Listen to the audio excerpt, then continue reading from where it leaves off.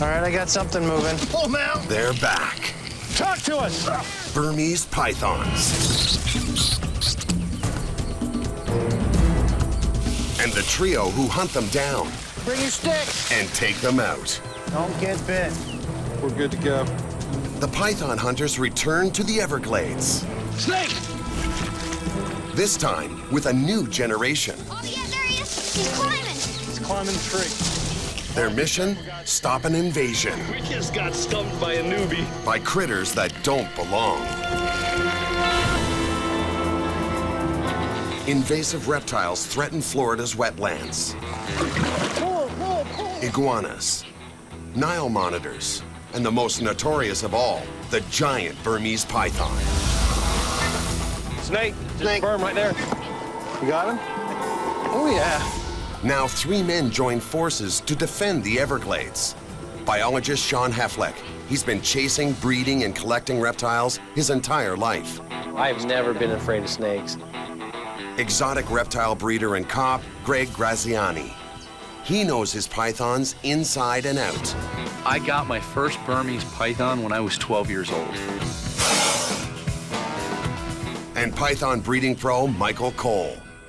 He's sold his designer color Mutations for as much as $25,000. I've learned about reptiles the hard way. It was a passion. They are the Python Hunters.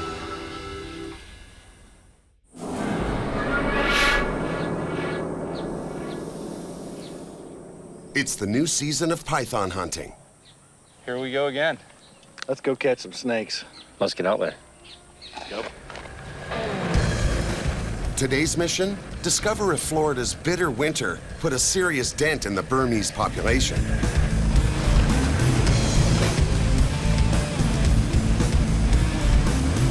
Be nice if we didn't find any berms. But unfortunately, I guarantee we're gonna. Before the killing cold, the Burm population was estimated between 3,000 and 100,000 snakes. Land ho. The hunters want to know if a new generation of pythons are taking hold. Got some open space.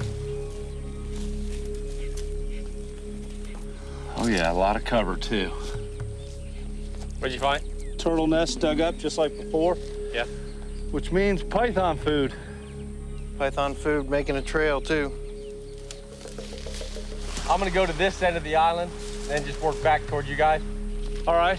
The conditions are perfect for Burms. With plenty of food and a temperature of 29 degrees, they're going to be on the move. Michael, find me a hole. Whoa, guys. What you got? Come here. Greg, it's a water moccasin. Bring your stick. It's right here. It's right there. Yeah. He's coiled up. Almost stepped on him. Yeah, right here. Bolton. He's a runner. Don't grab it with your hand. No. He's back up in the. He's on that. You see him over there, Mikey? No, I don't see him.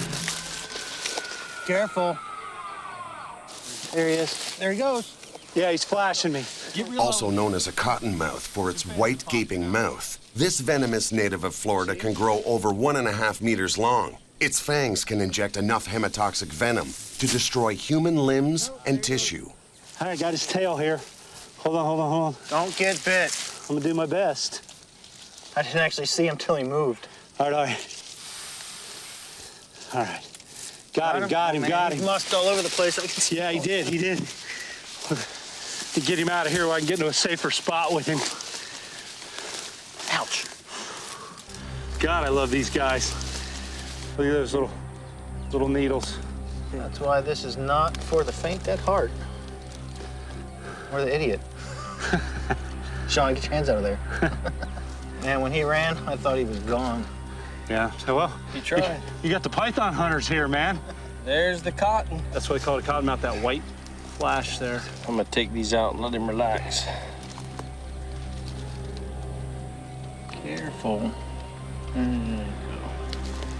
Unlike Burmese pythons, cottonmouths belong here, so this one gets to go free. Let's see if we can get him flashed a little. No, he's gonna run. Yeah, let him go. Let him go. Off he goes. I'm still shaking. I love those venomous things, but it's just not me. Oh, and let's catch us a berm. Now Mikey's gonna be staring down at the ground, afraid to step on the... I'm not afraid, just cautious. Burmese pythons can grow to over 6 meters, many times longer than a cottonmouth. But finding a snake that big isn't easy. With brown and black camouflage skin, Burms are almost invisible, but Shawn, Greg, and Michael know exactly where to look. Hey, hey! What you got?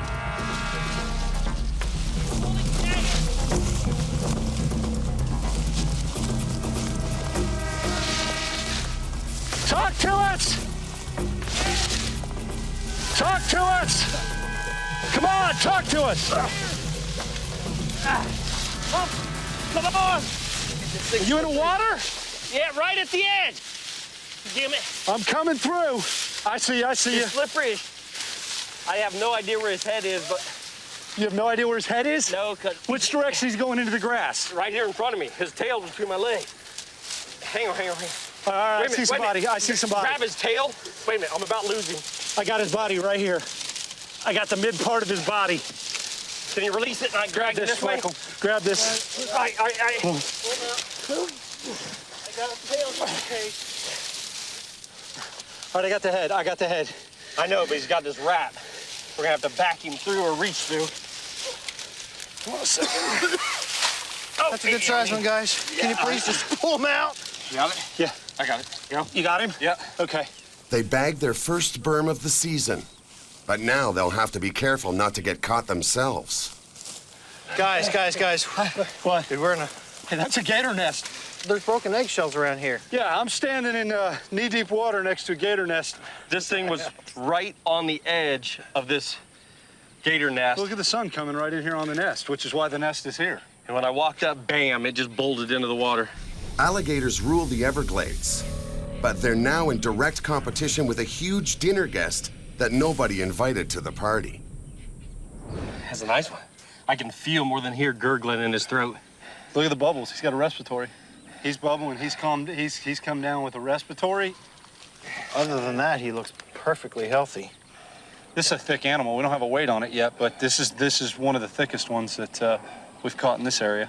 Well, I tell you what, we need to get the date on this thing and get it loaded. Matter of fact, you know what? Let's just get GPS. GPS and temps may not do any good. He's been in the water. Okay. So right. Let's get GPS. Everything else can be gotten, and then let's finish out this hunt on this island.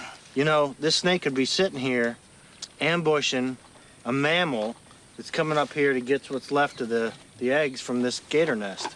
Yeah, I wouldn't doubt it. That's a big snake. The temperature and GPS location of every python is key data to help wildlife authorities understand the species' movements and habits. I got one here to send to Fish and Game. This snake is about 2 3/4 meters long and weighs 6.8 kilos, about average size. Still, they'll need more catches and more data to determine if significant numbers of pythons survived the cold and went on to breed. We're good to go. It's a good day, guys, good day. This is a hot spot, man. It was a hot spot last year, it's a hot spot this year. Their first hunt does offer one chilling conclusion. Burms of breeding age are still alive in the Everglades.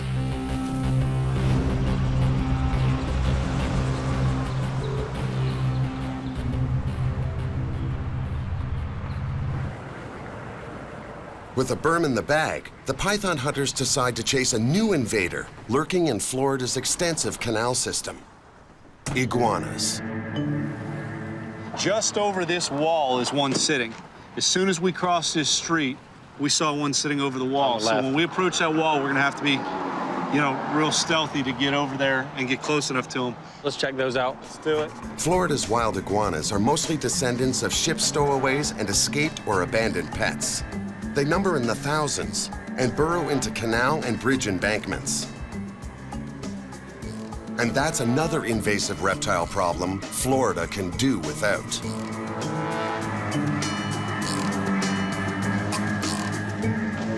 Yo. Great. Oh, hang on. Under the bridge? 2 of them. One in the water, one's under the bridge. I'm gonna go to the other side of the bridge. Okay, he's crawling on the rocks all the way across. One already went in the water? Yep, he went down right there. The other one's running across the footway. See him right there? That worked real good. That's an iguana there. Hey, Mike, we got 2 of them exactly at this point on the opposite end of the bridge. One facing the road, one facing out. Oh, and they're heading up. No, that one's going down. God, that thing moves almost. No, he's like a going up. rocket He's going up. He went down and up. Go across that side. Yeah, I got it. I see the big male right here, though. Oh, he knows what's up now. You're gonna have to go across. He's this way. She went right down that crevice. Oh, did she? Well, mine might not have worked, but I stayed a lot drier with mine not working. That was a nice big male, though. Yeah. It was. It was You real were bright red, inches too. Orange. away from him when you dove in on him. Did you see him? He wasn't happy, too. Well, Big I old thought, head bob, here like, we I don't go, know what because you're he started doing. This coming. is good. I say we at There least. goes my sunglasses. Oh, did you have them on? Yeah, they were on top of my hat. They should be right out there. There they are. Is that them straight out? It looks like a white. I think I see them. I can't. No, they're about halfway up, halfway down. Looks like they're kind of trying to float. A little farther out. No, out. No, straight out. Dive right there. Right there.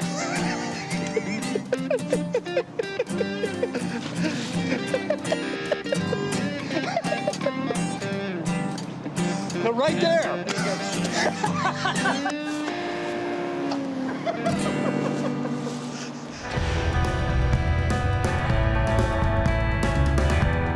Whether catching iguanas or snakes, the python hunters are always busy.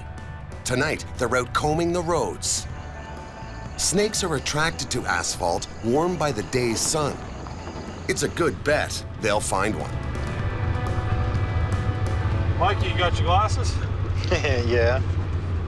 Hey, Snake. snake, berm.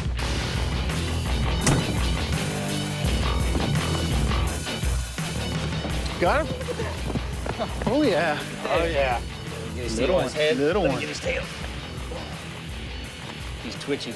Hang on. Let me turn him, and I'll turn him right away from him. There you go. You got the tail. I know this get even game here. He's trying to get you I bit. know what he's thinking. I know exactly what he's thinking. He's all yours. Oh, no, you jack. I said he's all yours. Yeah, just what I want. That back end all over me. To defend themselves, pythons squirt a foul mix of musk, urine, and feces that lingers for hours. Come here, Mikey. What are you pointing at me for? Come here, Mike. Come on, man. What are you pointing at me for? Taste it. Go, I got one hand sexing for me, Michael. Taste it. Sex it for you, but let me hold. Of course, it's a girl. Is it? I don't think I've caught a girl this small. She's fighting you.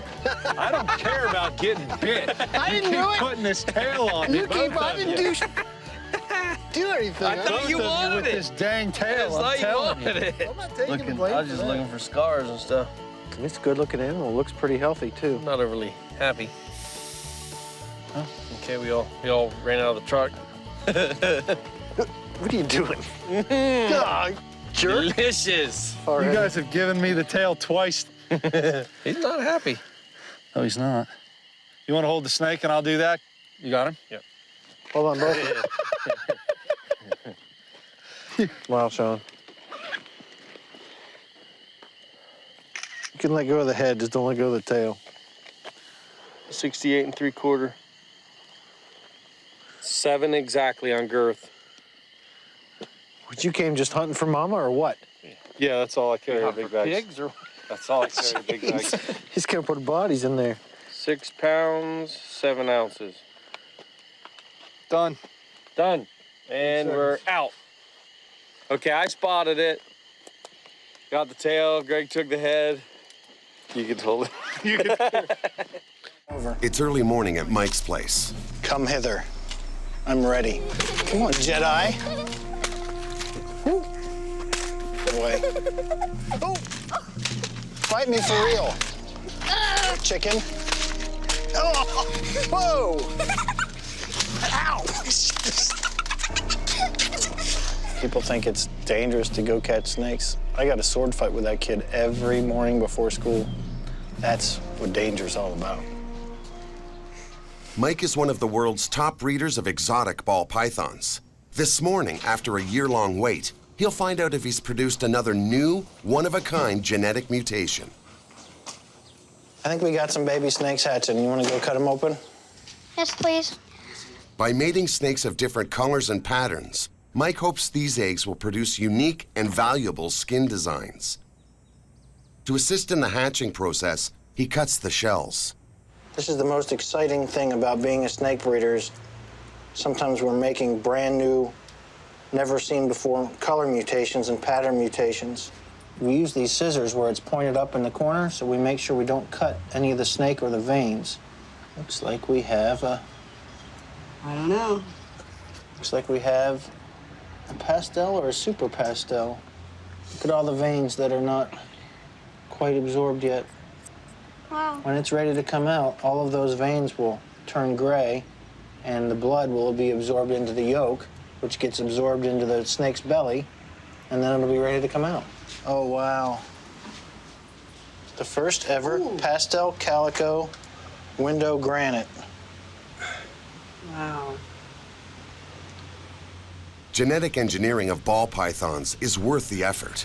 Look at those colors. Each one of these snakes could fetch up to $12,000 from collectors. Feels kind of like rubber. And it's a boy. All right.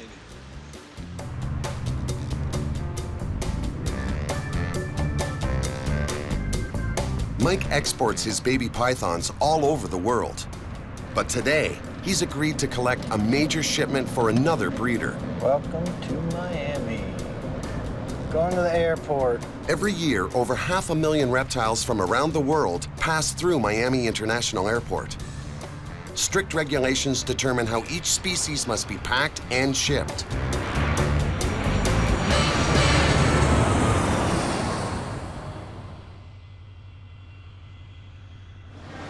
Is that Joe's shipment? Yep. I'm gonna pick that up for him. All right. Let's go ahead. You got both of them? Yeah. All right. Wildlife officers and customs officials spot check the This shipments. one first over here. Let's go take a look at the emeralds. These crates come from Guyana and contain dozens of snakes, lizards, and caimans, a relative of the crocodile. Many of these reptiles can inflict serious wounds. Everybody where they're supposed to be? So far. I always wondered if you guys were as careful as we are about handling that stuff. Yeah, I don't want to end up having to get stitches or anything like that. Yeah, those are some nice long teeth on that snake. Main thing also we're looking for here too is make sure that it is an emerald tree boa and not something venomous either. Yeah, well, It's happened before. They're emeralds. Yeah. that's a beauty. I like it when they ship what they're supposed to. Yeah, so do we. The emerald tree boa is it's a tree snake with large fangs. So when you get bit by one, you're going to continue to bleed for quite a while. Whoever packed this shipment got bit. It looks like they lost a little bit of blood packing it. As long as it's not yours, right? Yeah. This is supposed to be the payment. But the inspection hits a snag. It's supposed to be 5 caimans in here. The mouths have to be taped. They're not taped. They're not? No. Are you kidding me? With no tape around the caiman snouts, the shipment violates U.S. Fish and Wildlife laws and may be refused entry. That's a violation. Yeah, it's a violation of IATA regs. I'm going to call him. We got 3 little guys here. I don't think I'll be picking this one up. I'll let him come get it himself. Hey, Joe. Hey, I'm at Fish and Wildlife doing your inspection. Yeah, your exporter didn't tape the mouth of these caimans. There's going to be a problem. Yeah, no, they look great, but you're going to have to come pick this shipment up yourself. Yeah, I'm looking at him pull them out right now. No, it's not clear tape. There's no tape on it. He's trying to bite. Definitely not taped. All right, I'll tell him you're coming because I'm not picking it up. I want nothing to do with it. I'm not taking a wildlife violation. All right, bye. He's gonna have to come down here himself. I can't take the shipment. Joe will have to deal with the wildlife officers in person. He could face thousands of dollars in fines. As the wildlife officials open more crates, there's even worse news. Loose snake. Loose snake? Loose snake. What is he? They're baby rainbow boas. One right there. Another one here. Unfortunately, that's probably one bag with the rip in it. There's right here on top. Here's your empty bag. There's 5 missing.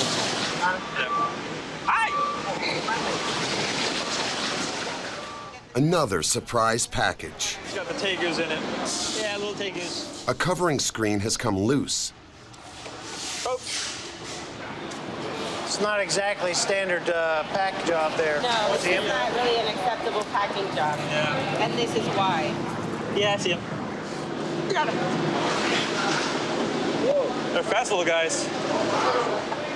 That's how we get invasive species here. The tegu is an animal that eats anything, anytime, anywhere, and can adapt, and now you've got a population problem. Exactly. Same thing we have with the birds. Particularly in an ecosystem that they can thrive in. Oh, yeah. I mean, that's the big thing right there. Well, we see it with other species. They're here, you know, they got here, however they got here, they're here, and they're doing good. Exactly. With the reptiles secure, Agent McKissick invites Michael to see something the public seldom does. Oh, you're kidding me. Is that real ivory? Yeah. Those are real tusks? Yeah. Oh, my God. That's a real grizzly bear. Yep. What are people thinking? Worldwide, the black market in wildlife is a $20 billion business. Of the hundreds of thousands of animals smuggled annually, many are reptiles. That's cobra. Monocled cobra skin. Somebody's purse. A lot of the stuff we can say were the innocent buyers. Are you kidding me? I mean, you know, you'll see stuff like this being sold on a street corner in another country. They're Cayman. And a lot of times the people will buy it thinking, well, if I can buy it, then it must be okay. We've gotten better at our job in detecting it, but at the same time, when you have individuals who are looking at the profit aspect of it, particularly when it comes to reptiles. One individual brought in a suitcase out of South America. We retailed what was in that suitcase at $45,000. He purchased the animals for less than $500. Between my agency and the Customs and Border Protection, the smarter we get in detecting, the smarter they get in hiding it. All these people doing illegal things, and in the end, it's the poor animals that suffer every single time. I got the head, I got the head. I know. It's a new season for the python hunters. So far, they've nailed 2 live burms. That's a big snake. To check the health of the population, they need more data, so Mike and Greg have decided to investigate an area they call the Epicenter. In 1992, a reptile storage facility located just a few kilometers from this farm was destroyed by Hurricane Andrew. 900 Burmese pythons escaped into the neighboring Everglades, canals, and farmland. Over there earlier this year, we killed 3 in that field. And over there, past them semis on the other side, that's where we killed a majority of them last year, and there was 2 or 3 killed in that one this year. Last year, I think it was 20, 22 snakes. This year is probably 5 to 7. This year's been a lot less. Yeah, the ones that you guys did find this year, well, were they big ones? Were they small ones? They were smaller this year than last year. The larger ones had a harder time surviving through the last year's freeze. You know, if we get multiple years of cold like this, I think there could stand a chance of wiping them out. If we don't, you just kind of get this peak and valley where you wipe out your bigger breeders, and it's going to be a couple of years before those smaller ones make it up to breeding size again for those numbers to go up and down. A week ago, they found one out there as well. Why don't we go take a run over there and see what we can find? Last year's cold snap means smaller and fewer pythons this year, but there are still plenty of juveniles to hunt down and eradicate. You'll see here you're standing on top, and then here you're lower. So then back up on top, back and forth. And you can see how that could be a perfect habitat. They get down in there and you never see them unless you step on them. You never see them. Yeah, I mean, this is a perfect habitat. Look at that between your legs, Mike. I've seen that before. I was born with it. What are you looking for? That was a cane toad. Hopped right through your legs. Yep, there he is. There you go. We're in here for 2 minutes. You got a cane toad? Yeah. If we can do that with a Burmese python, man. Yeah, he likes you. He's spraying poison. No, I'm not gonna lick it. The cane toad is another invasive species. It secretes a toxic poison that can kill any animal that tries to eat it. Humans have been known to lick cane toads because of the poison's hallucinogenic properties. A record 30 pythons have been recovered from this farm in a little over a year. But with more than 40 acres of dense growth to search, no Shawn means more work for Greg and Michael. You know what? We each took a row and walked down it up and down this field. This is where we need Shawn. We can set up camp and let him walk it. Burmese pythons hunt by ambush, remaining motionless and laying in wait. Combined with camouflage, they have all the advantages over their prey. All right, I got something moving. Big or little? How far up? I don't know. I just saw it moving the plants. You sure you weren't hung up on a vine? No, it was a good 8, 9 feet ahead of me. Thought I saw it in there, didn't you? Yeah, it was probably finding holes. There, it went right here. Yeah. It's right by my foot. I think he's going back your way. Whatever it is, it's the same thing that those hawks are hunting. It's a rat. There he is, right by your foot. Got him? He went past you. It's got to be a small rodent. He's right in there. Yep. That's where you're going to find berms in this stuff for sure.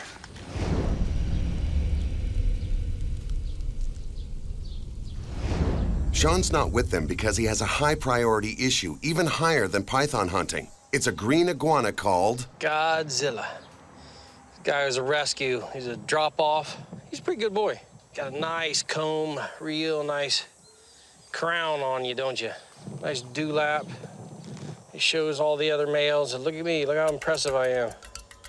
an unwanted pet. Godzilla was dropped on Shawn's doorstep. After 6 months of searching, I found Godzilla another home. Somebody's got a really nice big enclosure for him, so he'll be taken care of. Tilda, come on, girl. Our home and our facility has become a sanctuary for a lot of reptiles. You know, I get a lot of people come to me that have reptiles that they can't take care of, they want me to take.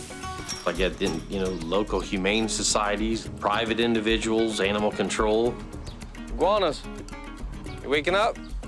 Come on, boy, you can't sleep all day. Why not? You know, they'll show up with turtles or iguanas or snakes. I even get calls about alligators, just all kinds of stuff. This is the perfect place to raise Thorn and give him that freedom to run in the woods if he wants and have some chores, learn responsibility, and develop even more his interest in being a wildlife vet. Yeah, she's a better eater than him. I got a lot to do, so I want to try to feed the gators early today, all right? caring for snakes and gators is more than a full-time job, so Thorn has become his dad's right-hand man. That should be good, huh?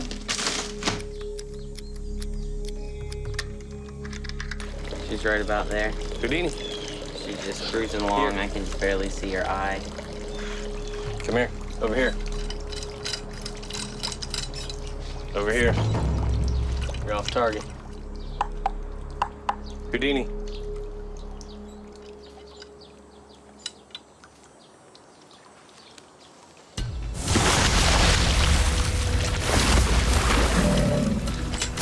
Nice. That gator is psycho. Back at the berm epicenter, Greg and Michael continue to hunt for pythons.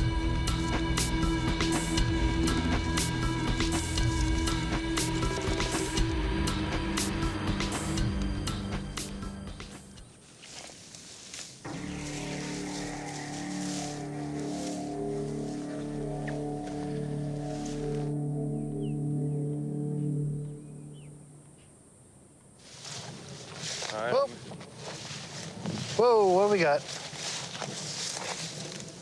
Yeah, we got a dead Burmese python here, and his head is totally mangled. Must be one that got hit by your plow. Probably a shotgun, I would guess. Yep. Is that the weapon of choice to dispatch a python out here? But the head looks totally, that looks shot. Look at that skull. Yeah, somebody blew that apart. That's an old wound right there because we've already got scar tissue healing it over. If we look a little further, let's see if we got any gut content in this animal right here, if that's just bloated air. We're only talking a couple days here. That animal's not that decomposed. Bile. Hold on a second. I got something big right here. Yeah, that's definitely a fecal of some kind. Yeah. Where's Shawn? We need him. He's the poop man. All right. This is the first snake I've actually... Look at all the hair, with food hair in that. That's rabbit or possum right there. But I still feel another hard lump right here. Pythons don't just eat rabbits and rodents. They've been known to kill pets and poultry. I've never seen, look how hard Petrified. that is. Yeah, it is. Look at that. See, we can come out this other end. There you go. Wouldn't that have been easier from the start? Yeah, probably. Might have been, but it wasn't as fun as watching you cut through that and playing all that crap. Thanks, Greg. Hey, there's a reason I carry a snake hook with me, man. You're starting to act like Easy Shawn. now. I'm digging through the dirt. Yeah, this is just lovely. Since you're already messy, why don't you give it a stretch and I'll get the tape measure.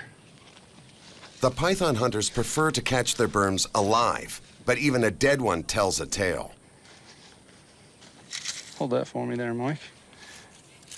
Before the cold snap, female burms caught by the python hunters averaged just under 4 meters. And we are right at 78 inches. This one is only half the average size. All right, Michael, what was your guess? I'd say around 8. 6 pounds, 14 ounces. Recovering just one small python isn't necessarily a good sign. It means even if another cold snap occurs, burms may find ways to survive. See him? When it comes to bagging burms, the python hunters are experts. I got him. Now they're passing their skills to a new generation. We have to be careful because of all this water here and the places we are here in Central Florida. There's water moccasins here too, and rattlesnakes.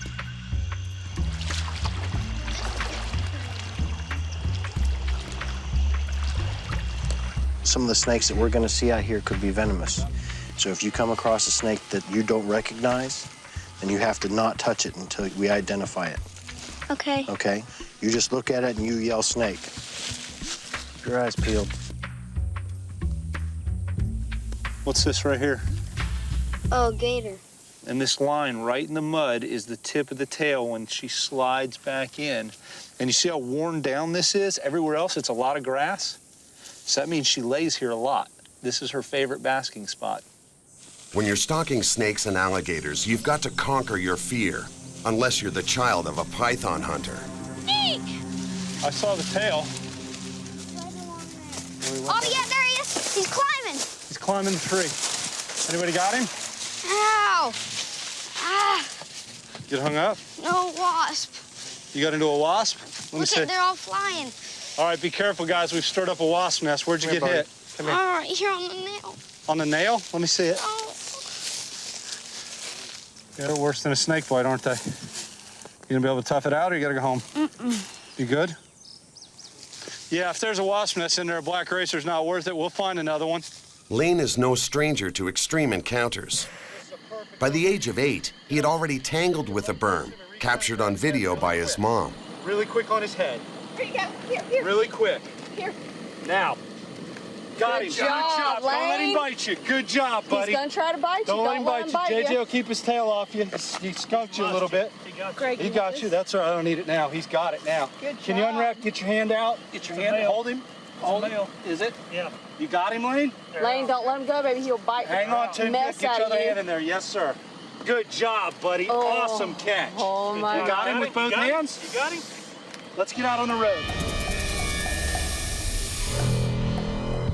Back at Shawn's facility, another cry for help from a pet owner put Shawn's plans for python hunting on hold. Yeah, hey, Shawn, it's Pamela. You got the retick morph from me? Yeah, I remember. Okay. Do you have room for another one? Just one one other one. Just one other one. Is it a dwarf or is it your normal? This caller has a reticulated python facing a death sentence. The owner is leaving Florida. She must find a suitable home for her snake or have it euthanized. Yeah. Well, can you go get that one soon? Yeah. Yeah. Yeah, I think we probably have to get it today. She's doing the right thing. Yeah, yeah. Oh, no, we'll take care of it. It's just, you know, sad. Shawn believes a struggling economy is leaving record numbers of exotic pets homeless. I mean, that's a lot of the rescues I'm getting. You know, people are like, we lost our house and we're going to an apartment complex and they don't allow pets or they don't allow snakes. Hey.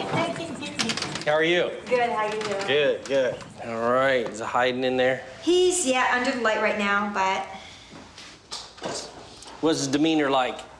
he's good. Pretty good? Good. I can't say he won't bite, you know how that goes, but He's got a mouth. he's never bit at me or never tried. But the demeanor's good, he's been great. But he's cool.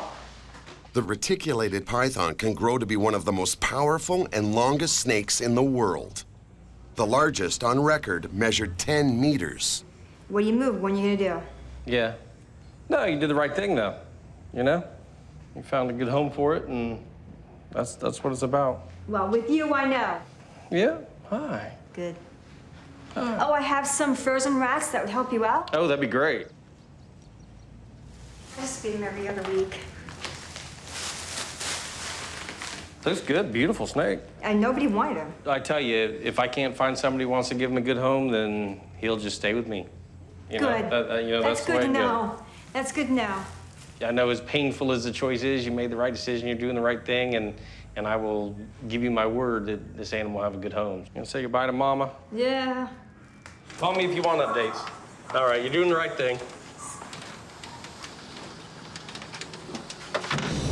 She had all the permits she was supposed to have. She had it tagged, the caging was appropriate and up to standard. That was the big thing, trying to reassure that, look, you know, it'll go to a good home, you're doing the right thing, and, you know, you should be applauded for it.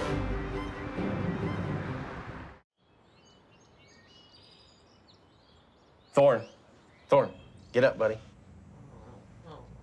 Come on. Ain't no sleeping in, no rest for the wicked. Do it. Teenagers. Always trying to sleep in. At Shawn's, preparations are underway for a major mission. Hey, what do you think about if we take care of that Argo? We gotta wash that Argo sometime. Okay. It's gotta be ready to roll for the Everglades. The python hunters are going to venture into the Everglades deeper than they've ever been before, over 32 kilometers. For the first time, they'll camp overnight together and hunt in treacherous and unfamiliar terrain. You missed the spot. For Shawn's 16-year-old son, Thorn, there's a surprise in store.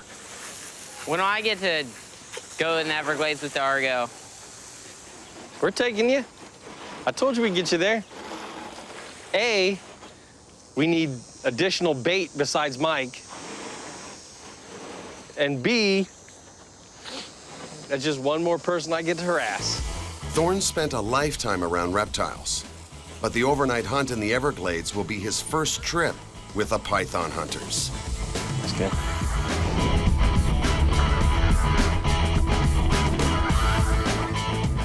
The big day for berm hunting has arrived, but Shawn hasn't.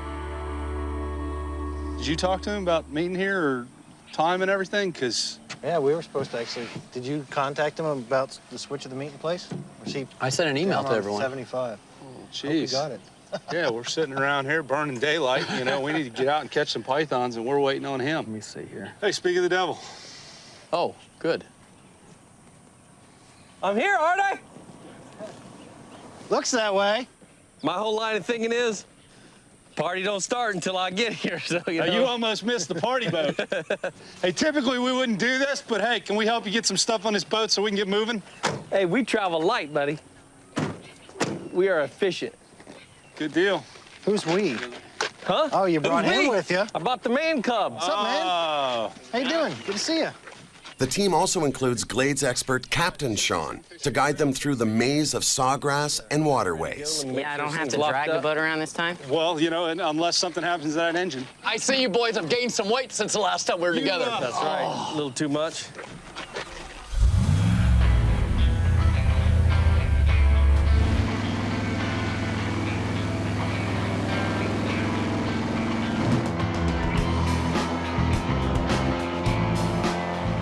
Captain Shawn is a fifth-generation Gladesman.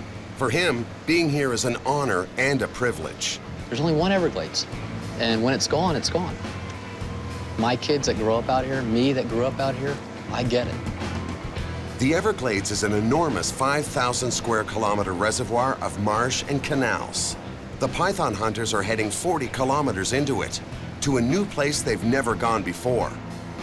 For Shawn's son Thorn, there's a different reason to be excited about this trip. This is my first camping trip with the 3 python hunters. I camped with my dad before as a kid and my family. We got on canoe trips and stuff like that, but never really gone camping in the Everglades before, so it's a new experience. Burms are strong swimmers. If the python hunters find any survivors this deep in the glades, it could mean the presence of a healthy, breeding population. And that means trouble.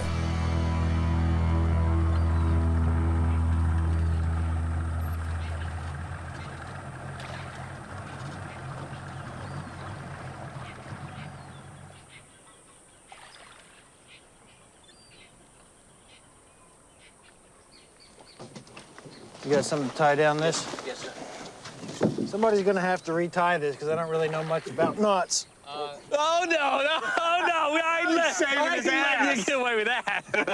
By the looks of it, you're right. Sorry, that's all I can do. Hey, Michael. Great What? Hey, Gilligan, I want to get off the island. I'm not a boat guy. It's your boat. You tie it up. Here, I'll be happy to. This is python hunting, not rope tying. This looks like a great spot, though. You know, if you all want to go hunt, I can set up your tents and get all the camp put together while you're hunting. Your plan. Man, Okay? sounds like a new member of the team right there. This is service. Are you kidding me? Hey, I'll set up your tents while you go hunt pythons. This is Gladesman service at its finest. You like grits, right? No. Yeah. Guess what we're having for breakfast? We're in the middle of the Everglades, 20 miles.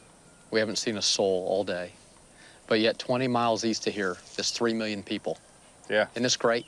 Yeah. No, yeah, this There's nothing better than this. Makes you feel good. Before nightfall, the team decides to scout out the thick cover near the camp for any signs of burns. Any of you guys find this turtle nest dug up prior? What does this mean here? That means we got raccoons or possums or little turtle predators here, which means we got food for Burmese pythons. That's right. It's amazing looking at this ground that a turtle could even dig a nest here. I mean, with all the coral. What you got? A little poaching action, it looks like. A what? Got a gator skull. Gator skull. Rooting around. Poaching action. Nice. This alligator was likely shot for its meat. Hunting is prohibited in the park, but recently, poachers were convicted of killing 36 alligators in a single night. Looks like somebody shot him in the beak the way it's busted off right there. Yeah, there's actually sutures there.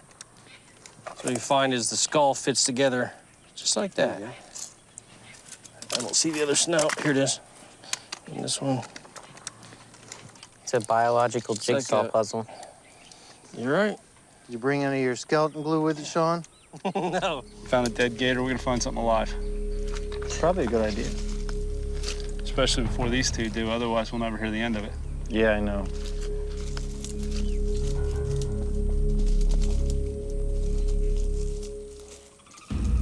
Well, I just hope Thorn's not like his father. I mean, he's always trying to get in on the head on every single catch, so I hope we don't have to knock the poor kid down when we find a snake. As sundown approaches, Thorn grows impatient.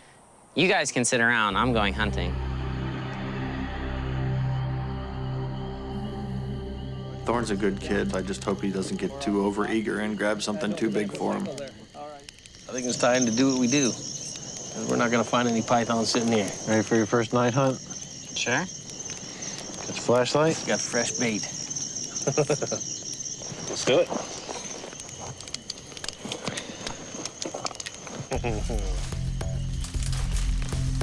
Hunting at night puts everyone at greater risk. They won't be the only predators on the prowl. I'd laugh if there's like a python coiled up there.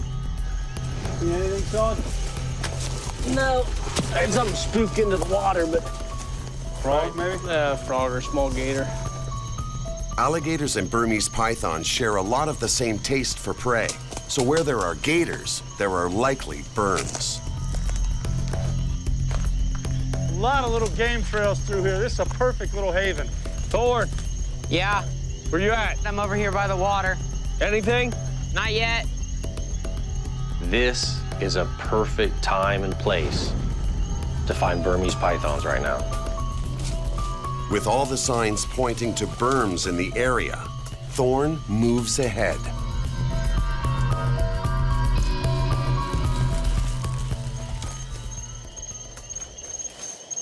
Hey, I got one over here. A Burmese. Are you serious? Yeah, he tried to get in the water. Oh my God. Huh? It's sitting right there on the edge. Oh, he crapped all over you, dude. Yeah. Look at this. You kidding me? No, he was just chilling. Yeah, let him Nice. go and see how chilling he is. Where was he? He was just chilling right here.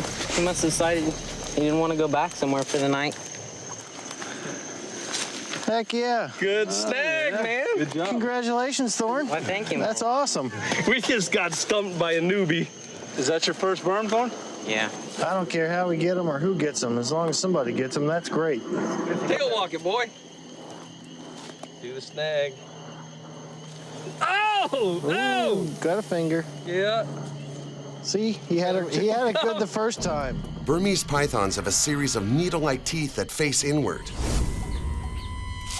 There's no escaping that hold as the vice grip encircles and squeezes the life from its struggling prey in a matter of minutes.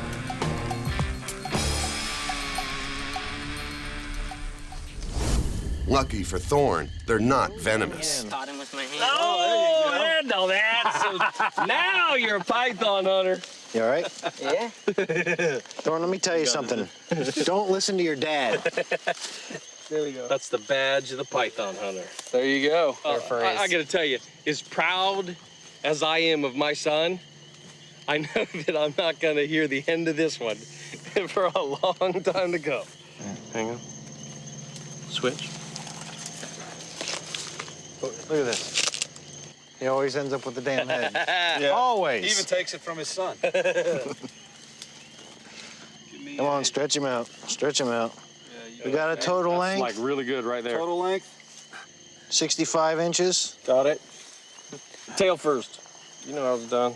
1, 2, 3. Woo! Look at that hand. 3 pounds, 15 ounces. At 1.8 kilos, this berm may be another lightweight, but it's managed to thrive deep in the Everglades. Good catch. Can we add a little who caught it down at the bottom? That'll go in the notes. Oh. That'll go in the notes.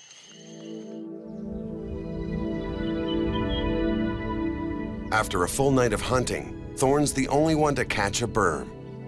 He's now a fully fledged python hunter. That was a great find. I got some experience with catching a wild python, so that's one less in Everglades. I'll have to keep coming out and see if I can get another one on my own again. Yes, I am a python hunter. So far, the hunters have caught 3 live Burmese pythons, and they've solved a mystery. While the size and numbers of these invasives are down, Burmese pythons are definitely not out.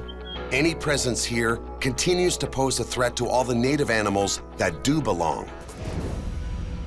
After a long night, the hunters are ready for breakfast. Hey guys, the grits are ready. I'm thinking I don't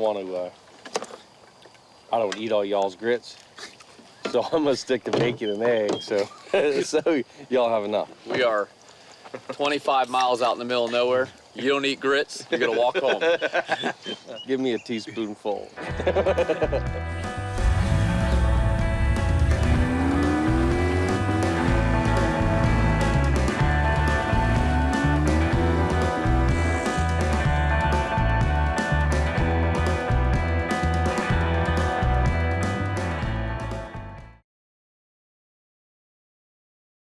This looks like something out of a horror movie. The python hunters hit Louisiana. They take stock of the animals after Hurricane Katrina. Shawn, man, good find. That's a sexy snake. And discover reptiles invading homes. Oh my God, oh no. A bayou teeming with snakes. Cottonmouth right here. And colossal alligators. That's a monster right there. They're on the hunt for anything that slithers.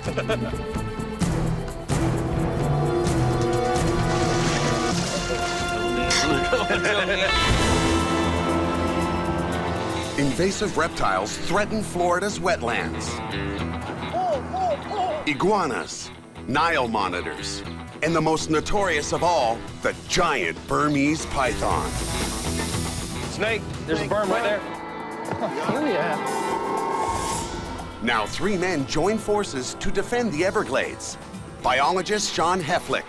He's been chasing, breeding, and collecting reptiles his entire life. I've never been afraid of snakes. Exotic reptile breeder and cop Greg Graziani. He knows his pythons inside and out. I got my first Burmese python when I was 12 years old. And python breeding pro Michael Cole. He sold his designer color Mutations for as much as $25,000. I've learned about reptiles the hard way. It was a passion. They are the Python Hunters. Guys, I got a berm. He's alive. He's very much alive. So far, the guys have tracked down and captured dozens of Burmese pythons and other exotic reptiles. Look at that. But cold weather is descending on Florida, forcing snakes and lizards to take cover. Finding a snake in this stuff is like... It's like finding a python in Canada.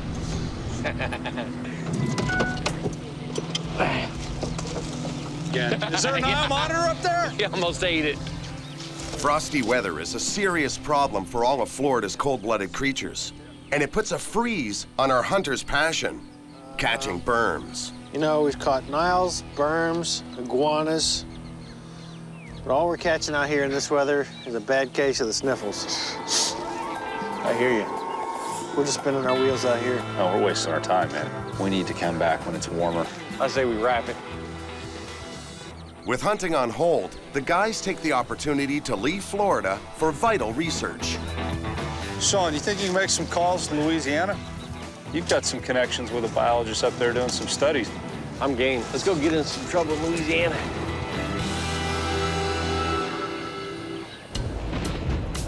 In 1992, Hurricane Andrew caused 900 Burmese pythons to be released into Florida's Everglades. When Hurricane Katrina slammed the coastline of nearby Louisiana, the destruction was even worse. 600,000 animals, including many exotic pet snakes and reptiles, were washed out into the wild.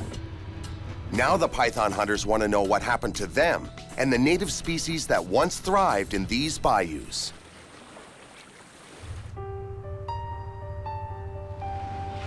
This whole neighborhood, there's only 1 out of every 6 houses that's got people in it.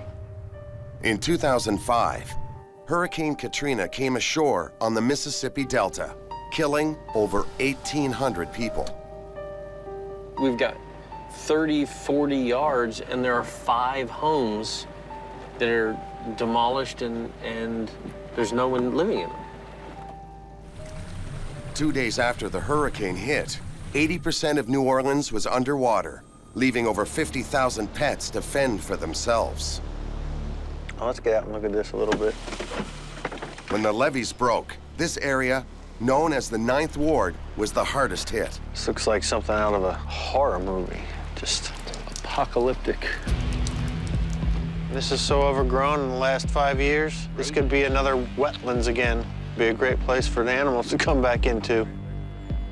They're here looking for any signs of animal life. I remember during Katrina, as the waters were rising, the snakes were trying to get in the homes and rodents and all of this wildlife because houses were the last high ground left. But they're discovering this place is a dead zone. One of the things we heard, you know, just because it's what we do, is that people release their pythons and boas out here. And just looking at the landscape, I mean, there's really not enough cover for these animals to hide during the winter. So the odds 5 years later of any of those animals being around here are slim to none. Yeah, but here's the crazy thing. All of this was 20 feet underwater, rushing like a, just a mad, out-of-control river. As good a swimmer as Boas and Burmese are, well, they can't swim for 24 hours straight in calm water. A lot of death and destruction.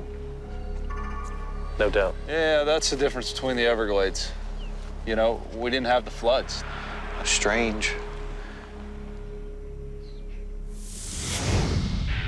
To find out just how far this devastation extends, the hunters cross Lake Pontchartrain to a famous wildlife refuge.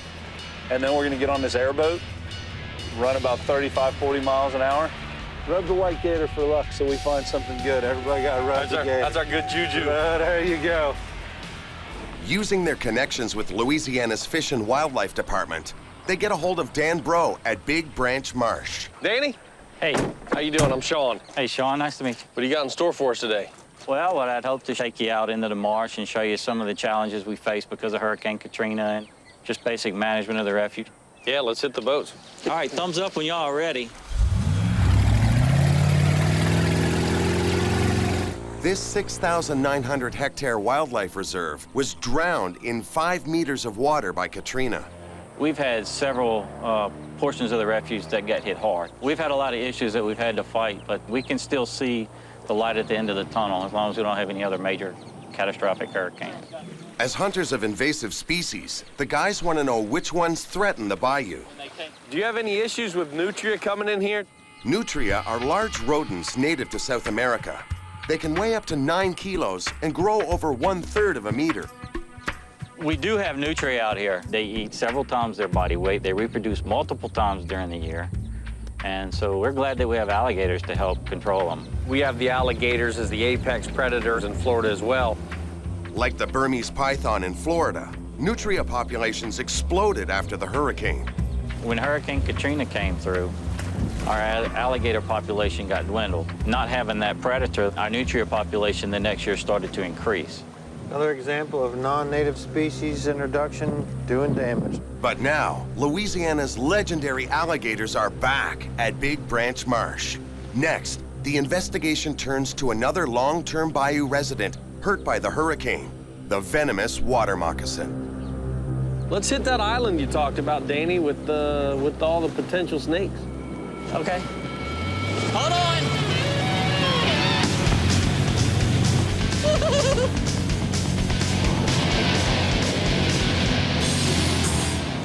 Okay, I've had too many run-ins with snakes in my youth, right, so let the games begin. Jump ahead. Look at this. Something's eating a moorhen. That's fresh, too. Look at this. The head's ripped off and eaten. This is so fresh, it doesn't smell at all. It's making me hungry. Put it down. Greg. Yeah? You got a burrow over here of some kind. Let's see what you got. Michael's used to getting bit by aggressive pythons, but being struck by a venomous snake isn't something he wants to risk. It's going down on the water line, that's Could have been a hog. He'd just stick his snout right down in there, make that hole, and suck up a grub. Oh, well, back to the snake hunt. Snake! Keep talking. Here. Water snake, that's cottonmouth. Right here. It's cottonmouth. I can tell by the back end. There we go, look at that. Look at the bands on that. Look at that. Shawn, man, good find. Look at how fat and healthy this thing is. Pretty. Oh, yeah. Hey, sweetie. Look at the pit on this thing's upper lip. Snakes have heat-sensing pits that allow them to home in on the heat coming from their prey. Really spectacular. That is awesome. Cottonmouths, or water moccasins as they're formally known, have hemotoxic venom. It's capable of destroying massive amounts of tissue and muscle. So handling these snakes is for experts only. Look at the eye. There is like a golden outline around the pupil. When he turns his face towards you, that's just power in that face. That's a sexy snake. I am sweating like a stuck pig. I'm the same way. I got sweat boiling off of me. First venomous in Louisiana. Hey, that's my phone. You guys leave me holding a cottonmouth and just head off for something better. Within minutes, the python hunters already have their second catch. Did you idea yet? Yeah, the water moccasin. I almost groined myself. I slapped my face with a branch, and running through soggy, boggy soil makes me realize I'm not 20 years old anymore. You know, U.S. Fish and Wildlife yells out they got a snake, and 2 guys are gone. I'm holding a cottonmouth. So how do you keep finding them out here? They hang out in the sun near the brush where they can hide, and you know, they're either curled up or just trying to sun themselves. Oh, let him sit, let him sit. He's pretty. Is it moccasin? Yeah, little juvenile water moccasin. Look how dark he is. He still has the juvenile banding, but ours, you know, not all of them, but most of ours at this age are highly banded, and this guy's really subdued. Mikey, are you, No, I'm not. You're not the one? Nope. Promised my wife. And for now, until Bodie's out of the house, I'm very happy to watch you guys handle these professionally and enjoy taking pictures and all that other stuff. Michael's passionate about preserving this snake's wetland habitat, but actually handling the snake is not a part of his conservation plan. You got to respect Michael, you know, for the decision that he made, because it's a decision for him, it's a decision for the family, and it doesn't make him weak or wimpy or anything. You know, he's made a decision, and he's stuck by that for his family. Nothing wrong with all that. By the way, he's gone. Yeah, where did he go? His tail is right here. If we tap this tail, I bet you he'll totally suck everything in and be gone under that leaf litter. As an ambush predator, that animal sitting under that leaf litter with just his head sticking out would be invisible to a small rodent, a lizard, a frog, you know, anything that comes through. There he goes, boom. Like a jack in the box. With no desire to chase down the heavy hitters, Michael delights in a creature more likely to lose a limb of its own. It's a salamander. Salamander? No, it is a skink. Skink. It's a skink, yep. If it gets a chance, you get a hold of that tail, it will drop it, and it will run, and the tail will just sit there and wiggle. So you guys catch those big, bad cottonmouths, and I got me a skink. But the hunt's not over yet. This island is slithering with snakes. Huge cottonmouth, huge cottonmouth. Ooh, bye, little buddy. Oh, yeah. Look at this. Woo! Oh, yeah. That baby. That's a monster. It's got a... The python hunter's investigation of Louisiana's swamplands is exceeding their expectations. Here, watch your hand. I'm pulling right through here. I got it. All right, I got him. All right, hook coming out. It's got food in it. Oh, yeah. It's got something in belly. his belly. He's lethargic due to the cold weather and the large meal he's got in him right now. I tell you, as jazzed as I am about this big, beautiful animal, I want to let it digest its meal and go about her business. Yeah, I agree. That is very cool. All right. Little wood frog. Yeah, beautiful little native guy. Snake! Another one? Yeah, water moccasin. Greg! Hear ya! Hey, let him run through there. Let him run through there. Let him run through there. I got it. I got it. I got a stick now. Shawn, man, good find. Water moccasins are one of 7 species of venomous snakes found in Louisiana. That's the white cottony. Yeah. Up top, you can see the fangs kind of gently bent back, covered in the sheath. This isolated island has become a safe haven for a species recovering from the devastation of Hurricane Katrina. I need to let you go about your business. Come on, little one. You've got a nice kind of tidal mud flat right here. A lot of frogs, a lot of stuff to eat. This is the perfect habitat for that guy. You know, I know we don't have a schedule, but this man here's on the job. I'm coming. We could leave you out here and you'd have to swim through the gators to get back. I'm good with that. Now you're talking my tune. I could spend a week or 2 out here just on this island. I think next time we got to come here, we'll just camp. You know, the buck, the water, the swamp, the snakes, gators. I had a good time. After their visit to the 9th Ward, the hunters thought Katrina struck a death blow to Louisiana's wildlife. But to their surprise, with the help of men like Dan Brault, the state's remote bayous are not only surviving, they're thriving.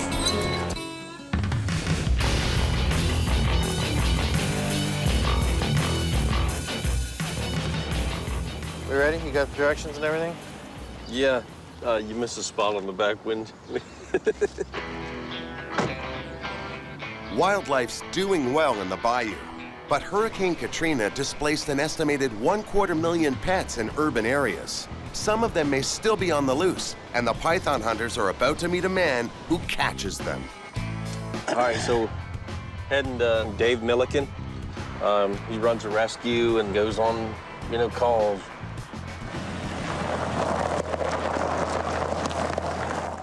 How you doing? What's up, fellas? Welcome to Louisiana. Yeah.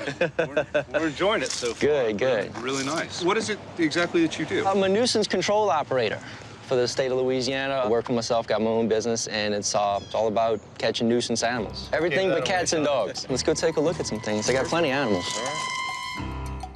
This we got a bunch of different Louisiana natives, which I believe they're all native to Florida, too. And these were all caught and captured out of people's homes, too. Yeah, it's a big animal. When you look at their heads, what do they look like? An anaconda. An anaconda. They got that short, massive head. The most impressive thing I found about the mud snake is that spike on the end of the tail that they use to hold down their slimy prey. I think I've fallen in love all over again. Check this guy out. I mean, this is a real close relative to our Florida king. The one thing I've noticed on this guy, though, is texture's a little bit different. They're smoother. First one I held, I noticed that right away, too. This is the yellow-bellied water snake. Just like our water snakes, people confuse these for water moccasins. And when they get agitated, people kill these things wantonly. It's unfortunate because these things are harmless. This is yours? Yeah. You're ringing. Wildlife control. Yes, I just went to my garage and I have a huge snake in my garage. It's huge. I just saw it. It's huge. I don't know, 10 feet. How soon can you get here? We're gonna head there right now. Y'all wanna go? Oh, yeah. Let's go check it out. Let's go see. Dave has been known to get up to 10 calls a day. With so many animals on the loose, many of them end up on people's property. Lose them now.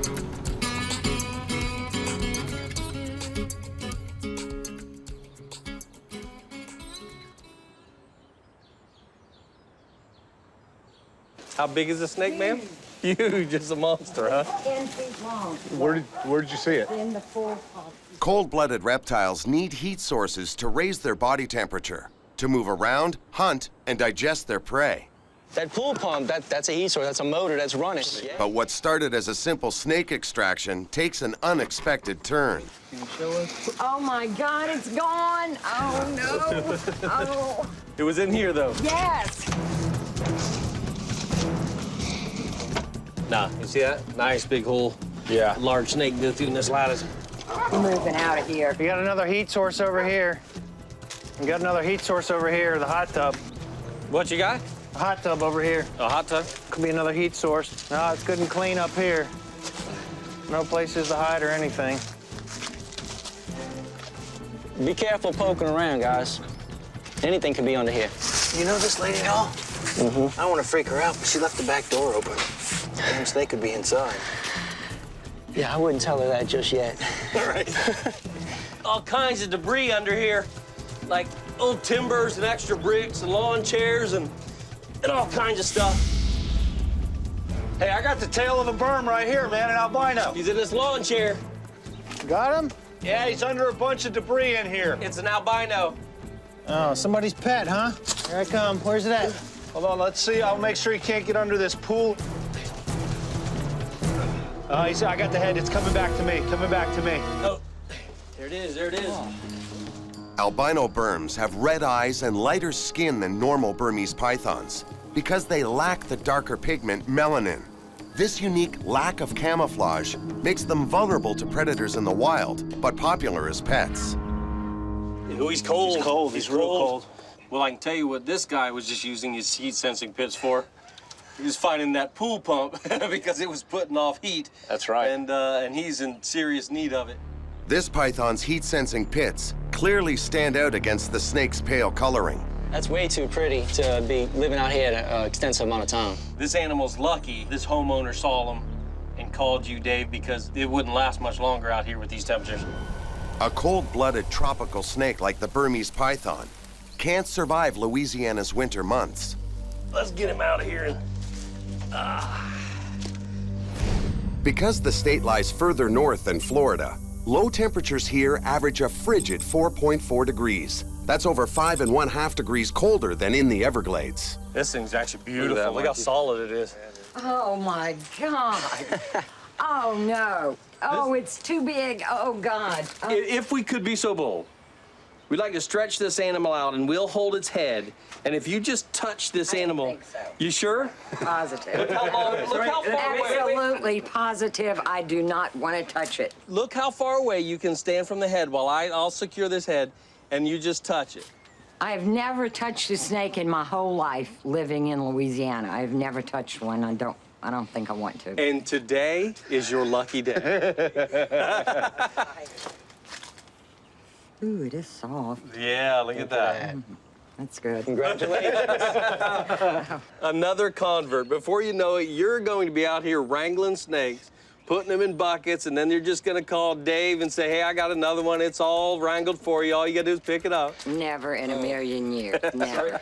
Shawn may have put some of Diane's fears to rest, but she's not a convert just yet. They're comfortable with the snakes, and that's good. I'm glad there are people like that because I'm not. It's not a relief, it's hallelujah, you know, that it's gone. Are you interested in providing this a temporary home until we can find its owner? Hasn't anything I said this whole time made any sense to you? You're a snake lover. He's a little thick. He just doesn't get it sometimes. So, you know, we'll take him and the steak with us. Good. Thank y'all so much. Don't always happen like this. No. Especially with snakes. Within the last year or so, I probably caught about a dozen pythons and boas. Do you think that people let them go, or do you think they were released, you know, inadvertently by the destruction of the hurricane? It's a combination. I've had actually people admit to me that before they left, before they evacuated, they opened their cages and just left. The python hunters' animal rescue with Dave and their discoveries in the Bayou with Dan suggest Louisiana's reptiles are resilient. Now they want hard numbers, not from the swamp, but from a road that runs through it. We know how it's done in Florida. Let's go see how them boys in Louisiana do it.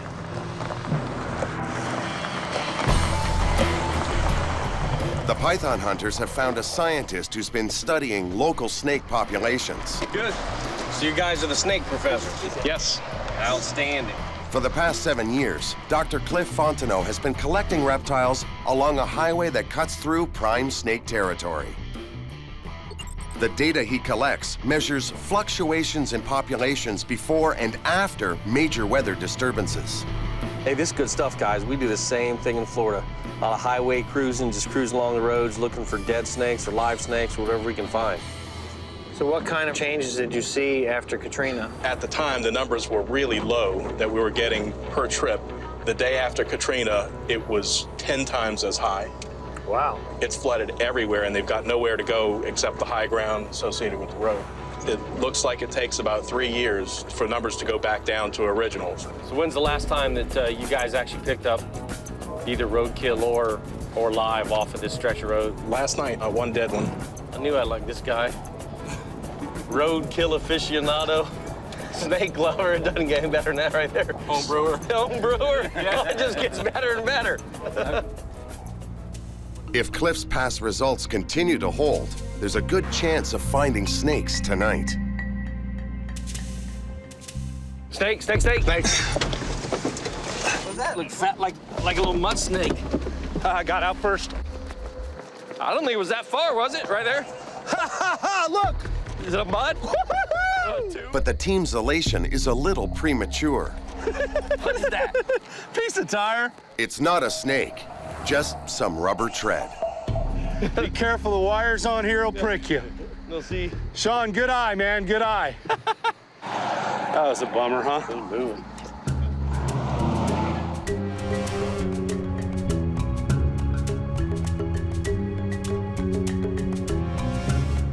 Snake, snake, snake. Thanks. Yeah, thanks, guys.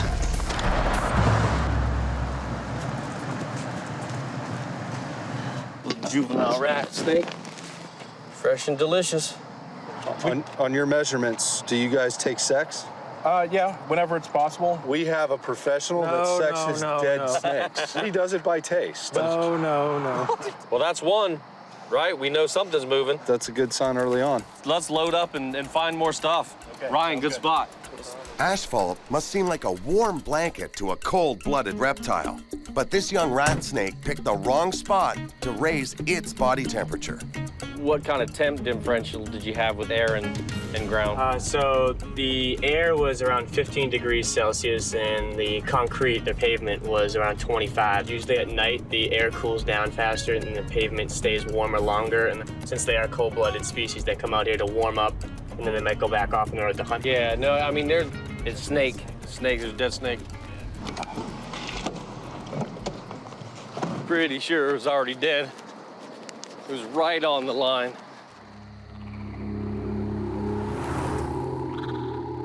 Woo, a little more squishy than the last. That one severed the spine completely. Yeah. This roadkill is a harmless banded water snake, but it's a dead ringer for a species people fear. Is this typical for your banded water snakes? It looks a little bit like the cottonmouths. And the cottonmouths are the main poisonous snake here, really the only one found in this specific area. Yeah, we see the same exact thing. These things really take the brunt of the persecution for the water moccasin for those exact reasons. Well, let's bag this one and keep moving. Maybe we can find something alive. All right, sounds good. Another 2 kilometers, and at last, the hunters find something that can still slither. Snake, snake, snake. Snake. Oh, look at that, look at that. King snake. That is just a really beautiful snake. I mean, don't get me wrong, I don't mind roadkill, but this is what I came here for. The king snake gets its regal name because it can overpower and eat other snakes, even venomous ones like rattlers. Like a python, it strangles its prey. Down south, a Florida king snake's kind of like the prize. We catch these very, very few often, so you guys got here a lucky night to get 2 Irishmen in the van tonight? That's all it took. King snakes are on the decline in both Louisiana and Florida due to habitat loss. Finding one here is a good sign the population could be on the rebound. So when you guys find a specimen like this, do you typically take it back to the lab for more study on it or release it here on the roadside? Back in the lab, we'll do a scale clip to put a unique mark so that if we find that snake again, we know that we've caught that one before. We take the data that we need and we come back and release them at the same exact point so this snake can go carry on with its own life again. Good find, good find. This encounter leaves the python hunters hungry for more action. I got a hook. Yeah, let me grab my hook. Cliff agrees to take them off the beaten track and into the bayou. So this is the forested swamp right here. The rat snakes are more common here. The rough green snakes are more common here. So basically our search pattern is from the ground all the way up. All the way up, yes.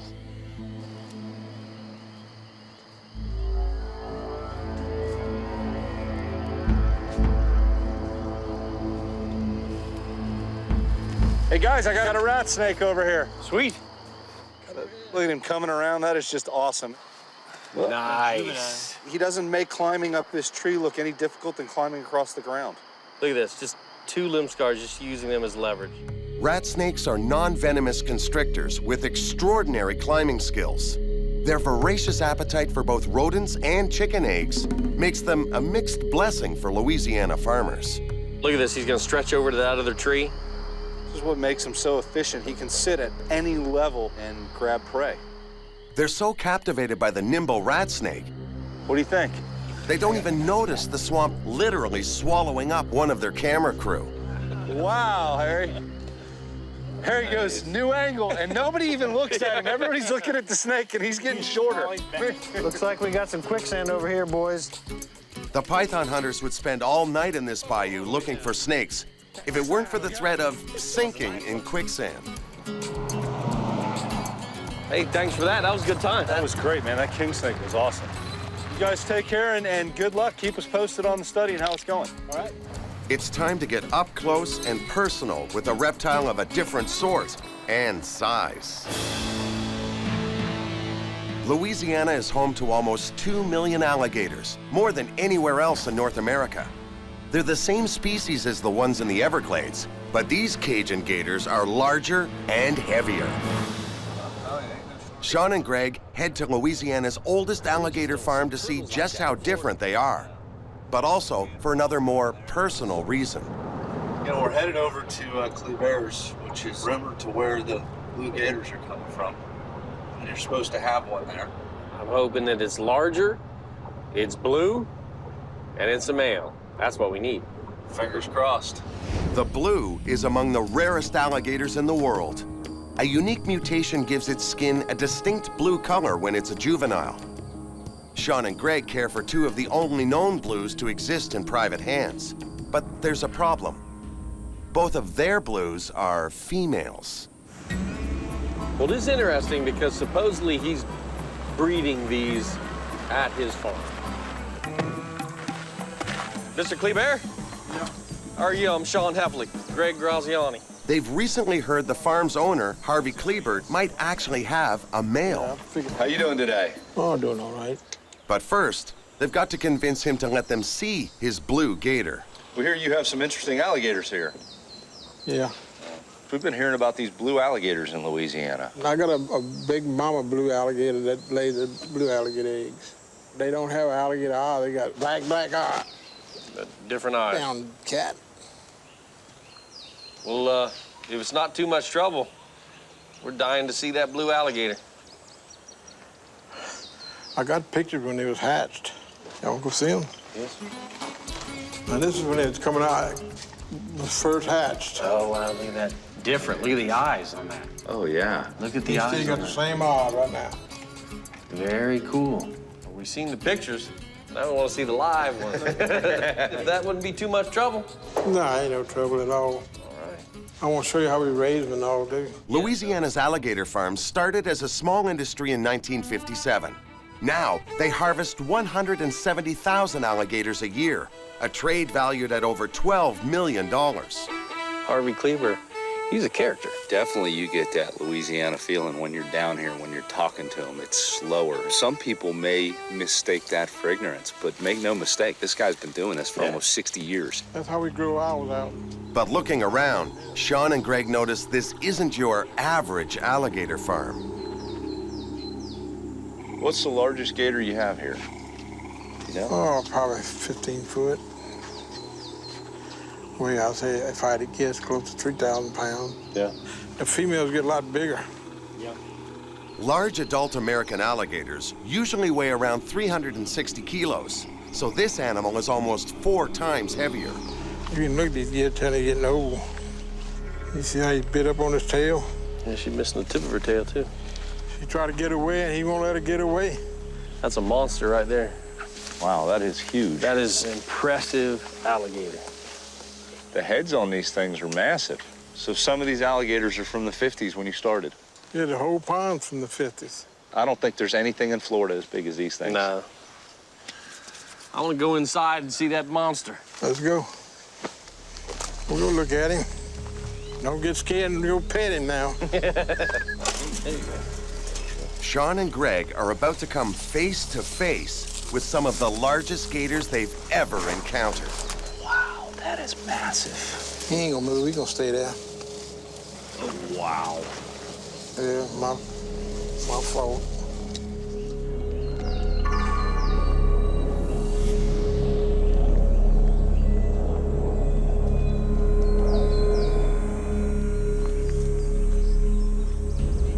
Look at the jowls on him, Greg. This is massive.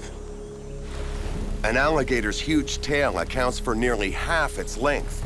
It uses it to push itself quickly through the water, but also as a weapon. That's a big animal. I mean, he's been around a long time. His leg is about 8 inches across. If this guy decided to slap his tail, he's gonna take my head off. If we'd walked up on him first, we probably would have said, this boy's ruling this place. Yeah. But after seeing that tank that went in the water and that one over there whose back foot's twice as big as this one, yeah, this poor old boy, he ain't got nothing on them. I just want to give him a big hug. And I haven't seen gators as big as that. Now, we haven't put a tape measure on any of those things, but he's got some of the biggest alligators I've ever seen. Those two animals that we saw were Goliath. All this talk about your operation, all the gators, still got me wanting to see that blue gator. We go take a look at that thing? Yeah, let's go look at him. All right. Finally, Harvey agrees to break out the prize. So let's take a look at what we came here for. Is that blue alligator? Here we go. Where's that blue? Yeah. Oh, look at the eyes, yeah. Dark. He still got some blue on him. Yeah. Is this a male, a female, or? He's a male. A male is just what these matchmakers are looking for, to breed with their females. And how old is this little beast? 4 or 5 years? This needs about maybe 7, 8 years old. 7, 8?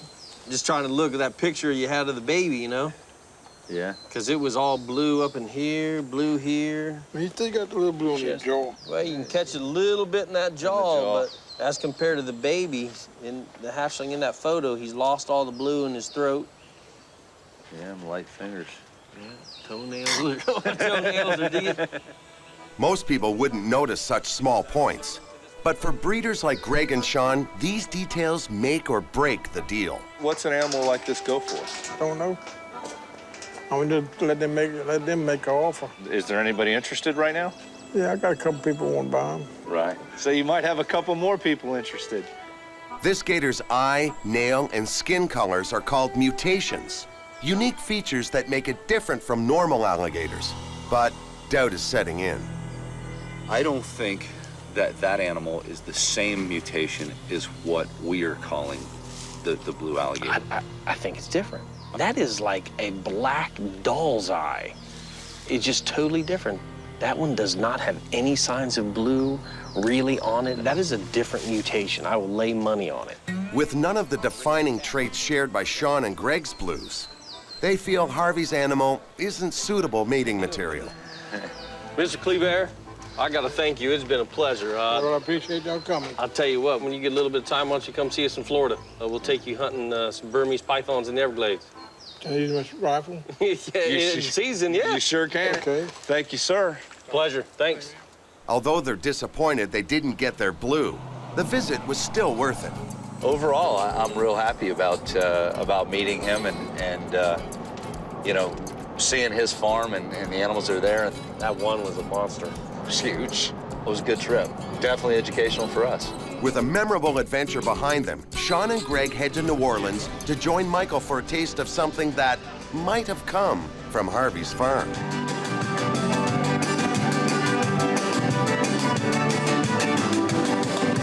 It's all about, man. Good people, good food.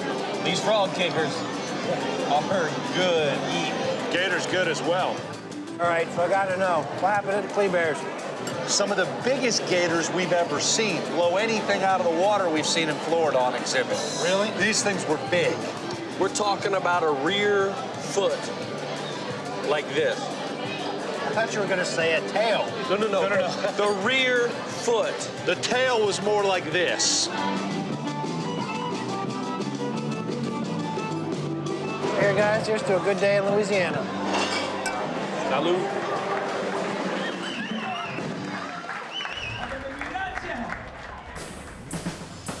The python hunters are just about to wrap up their Louisiana excursion when they get an unexpected call. An alligator's on the loose. Let's go, let's go, let's go.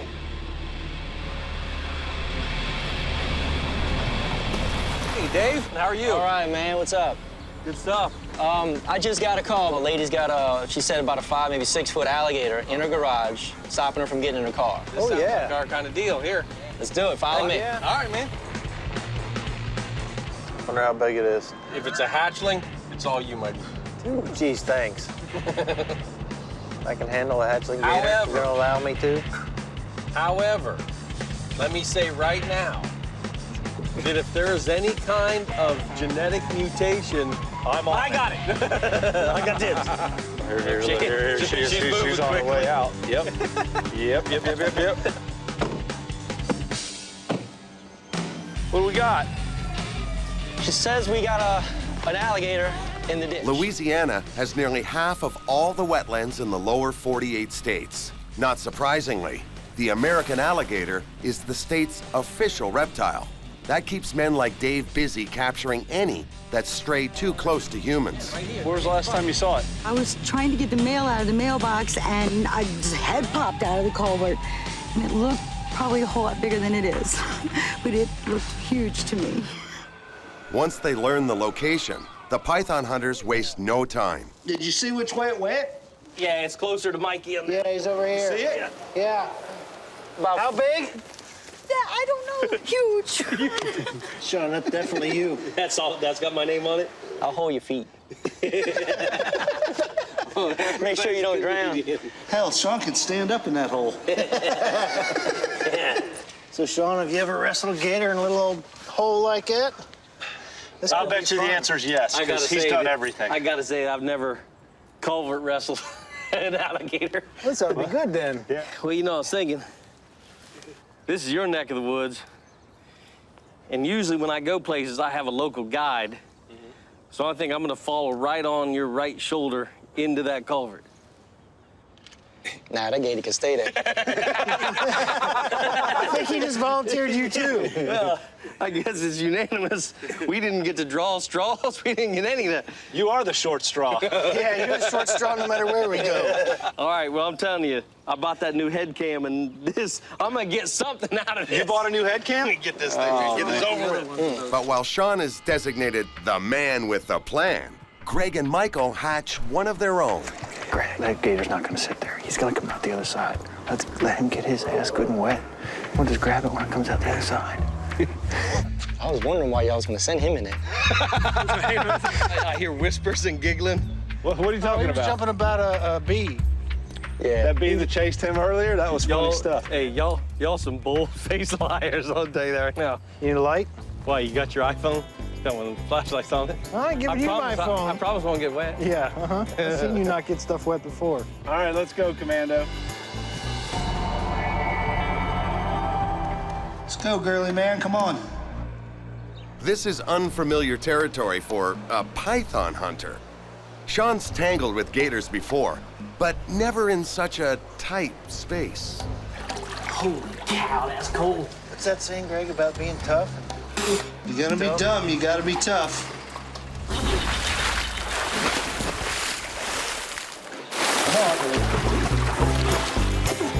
That is some bull junk. Oh no, what are you doing? Oh my gas. Oh my gator.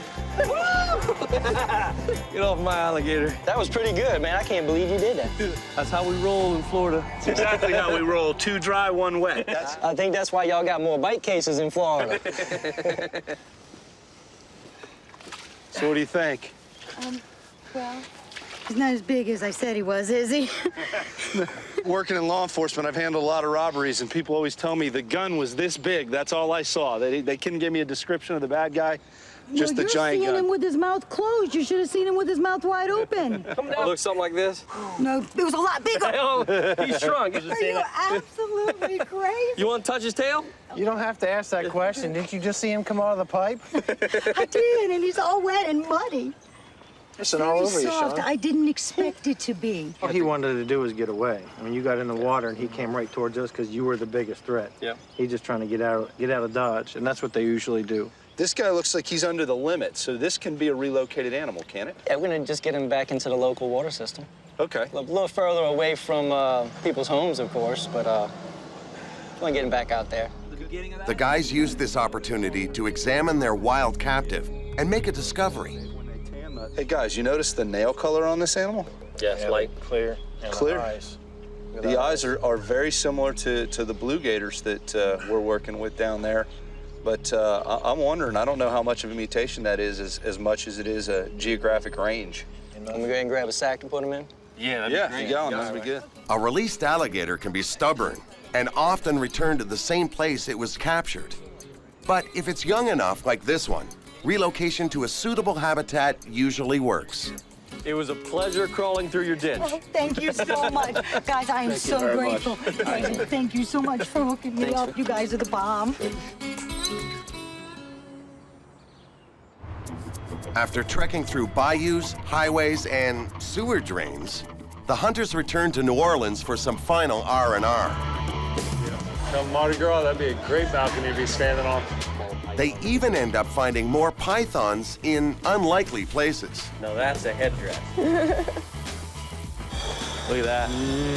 You don't suck shrimp head, you suck crawfish heads. I suck it all, man. It's all good. That's New Orleans hospitality for you. Then gives you a $5 prawn right on the side of the road. Nice being Norman. But playtime comes to an end when Shawn gets troubling news from home. I don't understand what your text message about. Are you saying the heater went out in our house? Yeah, that's an emergency. We've got animals, and not to mention humans. So, all right, well, keep me posted, all right?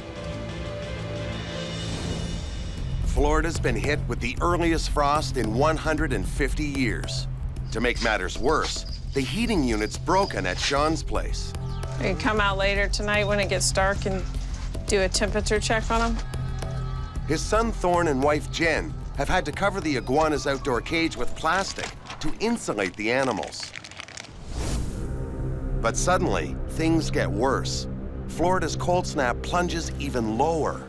Shawn, Greg, and Michael are in danger of losing all their reptiles. I think we're getting to the end of our rope. Yeah, I think it just came to a screeching halt. Yeah, I gotta get home. Just as a reminder of that checklist, the tortoises, the iguanas, the heater's on. Hey, honey, I saw the weather's getting cold. 52 last night. Potential disaster is looming, and the sooner they get back to Florida, the better.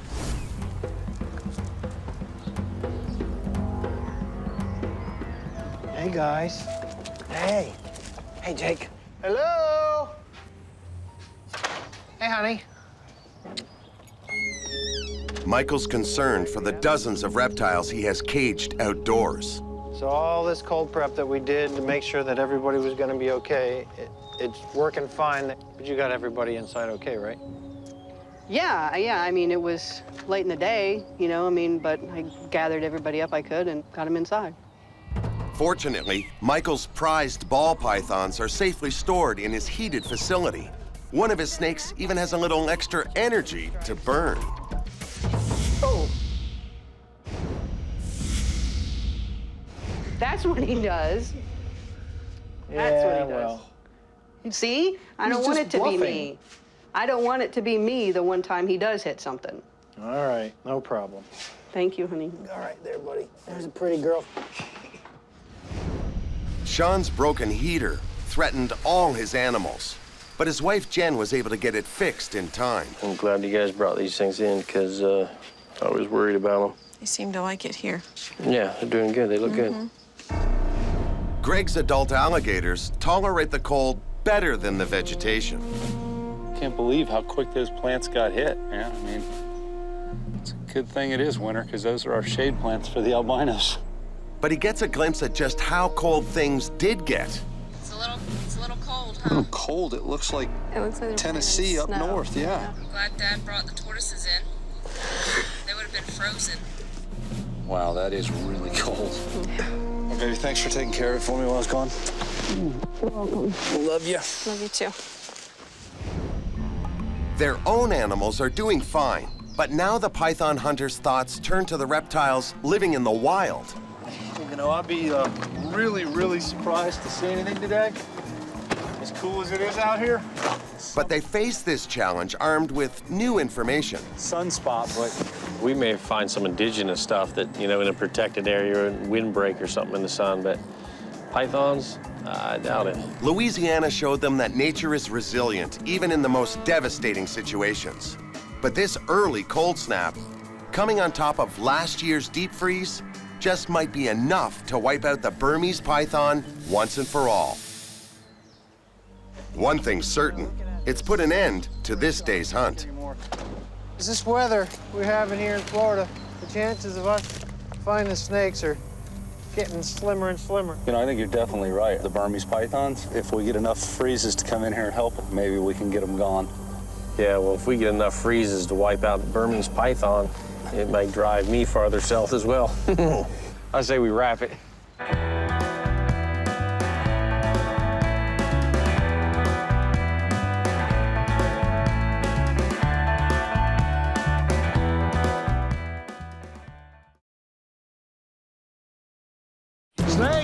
I got a snake over here. Hey guys, man, I got a huge cavern in here. The python hunters push deeper into the Everglades. If there's not a python in here, I don't know jack about pythons. But they come up empty-handed. Not today. The colder the weather gets, the more I want to get out of here. I got a buddy in the tropical island of Puerto Rico. So they head south to Puerto Rico. Got him. Wow. And hit the jackpot. Oh! Guys, I got my hands on the endangered Puerto Rican boa. Invasive reptiles threaten Florida's wetlands. Iguanas, Nile monitors, and the most notorious of all, the giant Burmese python. Snake. Snake. Burm right there. You got him? Oh, yeah. Now 3 men join forces to defend the Everglades. Biologist Shawn. He's been chasing, breeding, and collecting reptiles his entire life. I've never been afraid of snakes. Exotic reptile breeder and cop Greg Graziani. He knows his pythons inside and out. I got my first Burmese python when I was 12 years old. And python breeding pro Michael Cole. He sold his designer color Mutations for as much as $25,000. I've learned about reptiles the hard way. It was a passion. They are the Python Hunters. Back just a hair. No, right, yeah, right there. Hold it on there. Okay, they're coming in and going. They're going underneath. Underneath that rock there. Yeah, I got a bunch buzzing all over my freaking head. You're okay. They're not landing on you. They're going around you. You're not down here in the middle of them. The guys are looking for Burmese pythons in a burrow chock full of bees. There you go. All right, that's not a worker coming at you. Cold-blooded reptiles use this kind of space to conserve heat and survive Florida's current deep freeze. Hey, boys, what are you doing? We've heard how bad worldwide the honeybee population is. Thought this would be pretty cool to check out. Okay, little bear and junior bear.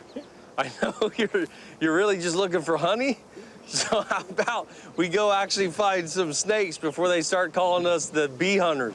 Yeah, why don't we go hunt snakes so Crybaby Pea Pants over there doesn't give us a hard time.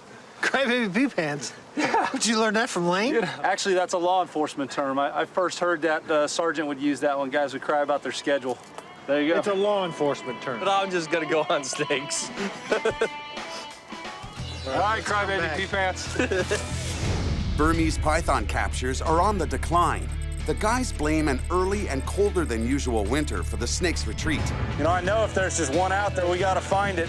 They suspect surviving snakes may be moving closer to residential areas. People attract rodents, and debris provides protection and cover. Look at this piece of metal right here in the sun. Yep. 110, 113, I mean, depending on where you're at on that metal. So people and their trash are actually creating a micro-refugia to help these animals survive. And we're trying to get rid of them, and people's trash is helping them. So I take it you've looked that word up? No, I haven't, but it sounds so good. We'll use it anyway. Micro-refugia are favorable climates that exist within unfavorable ones. This hot piece of sheet metal creates a microclimate, perfect for a thermal-regulating snake. Not today. Look at this cavity. Some of these are deep. There are things using these cavities. They're clean. You still running temperatures over there, Greg? This rock over here at 84, 84.2 over here in the sun. And in that cavern over there, I had like 47 degrees. So within 10 yards, we go from 84 to 47. That's why these animals can survive, because they move to the areas they need to. Burmese pythons come from the tropics, where temperatures reach 34 degrees and rarely fall below 20. With South Florida feeling more like the South Pole, Burms are in a world of trouble. A barometric change in pressure a lot of times signals a cold front moving through that indigenous animals will go, oh, and they move to find cover. For tropical species, those changes not only don't cue them to move for cover, a lot of times they cue them for a reproductive event. Yeah, now you got a male that's left his burrow and he's headed out looking for females, and you know he could go a couple miles looking for the right girl. Yeah, he goes looking for a female and he's going to get way out away from, you know, the cover that he's used to. I do have to disagree with Mike on one thing. He's not looking for the right girl. He's looking for Any girl. More searching turns up nothing. So the python hunters target the next site on their to-do list. Why don't we head over to the farm field? Sounds like a plan to me. Farmers in Florida spray their fields to protect their crops during hard freezes. Look, they got the big water guns out. Oh, yeah. As long as you get the water to sit on the leaves, It creates an insulation. that way the wind can't come through. That's what really does the serious damage. You know how much pressure that is right there? That would knock you down.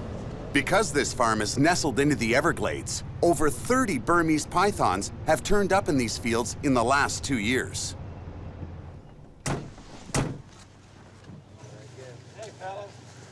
How you guys doing?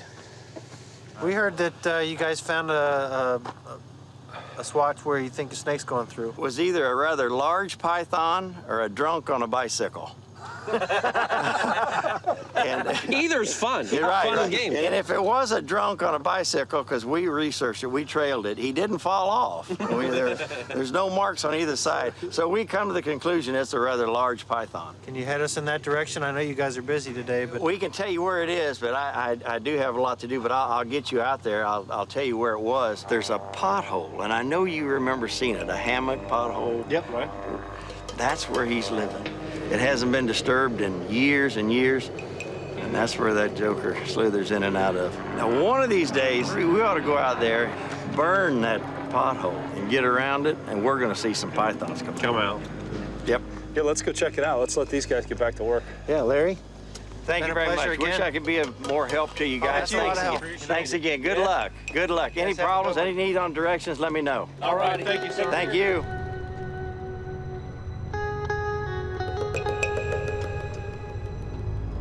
That's it right there. Oh, I see that, yeah. Oh my God, look at the piles in there. That is perfect habitat. Hey, look at this. He's talking about wells. There's an open well head right here with water. Yeah. You know, decent-sized python just hang his head down in there and get as much water as he wanted. And that water's 72 degrees. That's a lot warmer than it's gonna be tonight. Tell you what, why don't we check the perimeter for any tracks going in or out before we dive into this thicket right here. That is nice stuff to bring the rodents in. This is the sunny side right here. If you're gonna find something sitting out, this will be the side. Yeah, this stuff is thick as hell. I think Larry had the right idea. Torch it. You know, there's nothing around here, just crops. There's no way it's gonna light anything else up. It's only 1/10 of an acre. We can clear it. I'm feeling good about this one. Yeah, you just don't listen. The best thing to do is to strike a match. Man, he always wants to do it the hard way. He's just wanting to save this pile of debris. No rats. No, Bufo marinus. Bufo marinus, or cane toad, is a poisonous invasive from Central America with a toxic gland that protects it from predators. Invasive marine toad. Plantation owners imported them to control cane beetles. Now they're found throughout southern Florida. Besides its poison, the cane toad has another defensive mechanism. Oh. He pissed in your pocket. Ah! He stuck that marine toad in the inside of his jacket pocket and filled it up with urine. You think that's funny?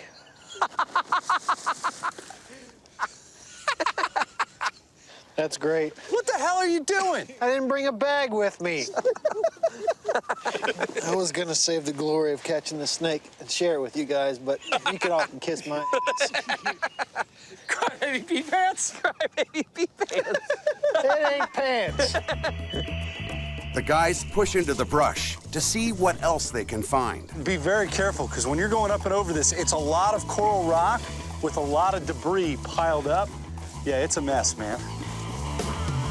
Ah! Holy crap. Hey, you guys all right over there? Yeah, I'm kind of stuck. What? I'm a little stuck. Are you serious? Can you get out? You all right? I'm working on it. God dang it.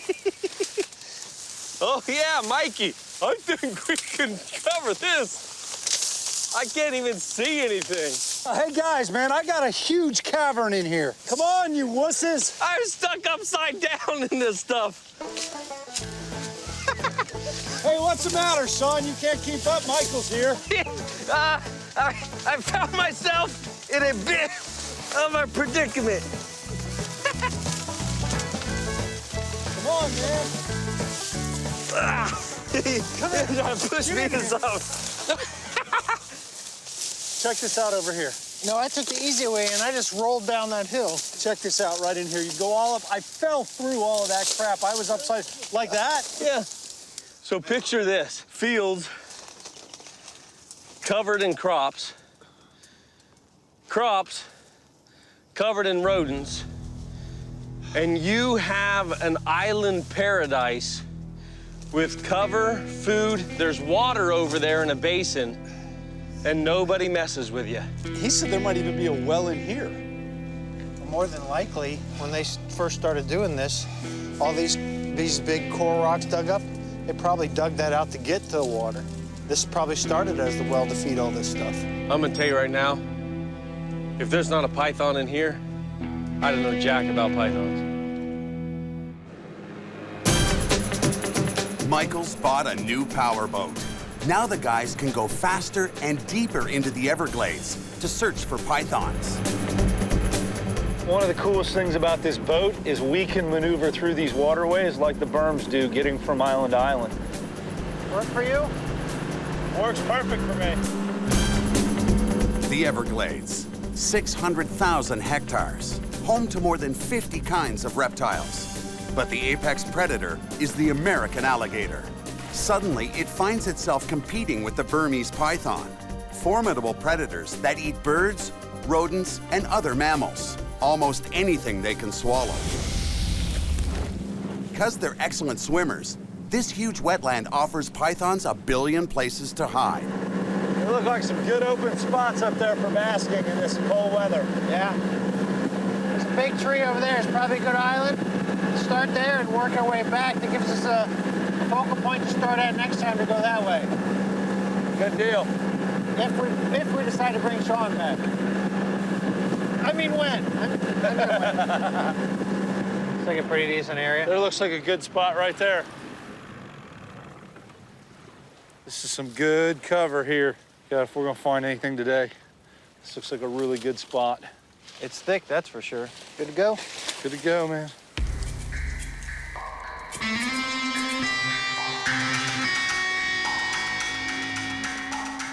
"10,000 islands dot the Everglades. If we still got berms out here, this is a good place. Their thick mangrove and tall grasses make perfect camouflage for Burmese pythons.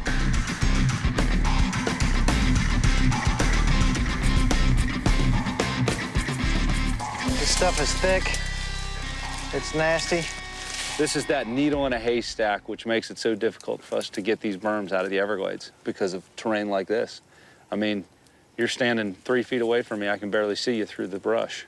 I've never heard you complain about not being able to see me before. So maybe we can find some rocks where these guys can get up and bask. Sounds good. They're searching for an open patch of sunlight where a cold-blooded reptile can recharge its energy reserves. Snake! I got a snake over here. What you got? Coming. Coming through. It's not a berm. No, not a berm. What do you got? You're sitting up and look at this. Holy cow. It's a rough green snake. Rough green. That's an awesome find. He's healthy, too.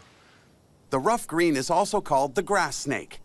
It eats insects and can grow to about 1 meter.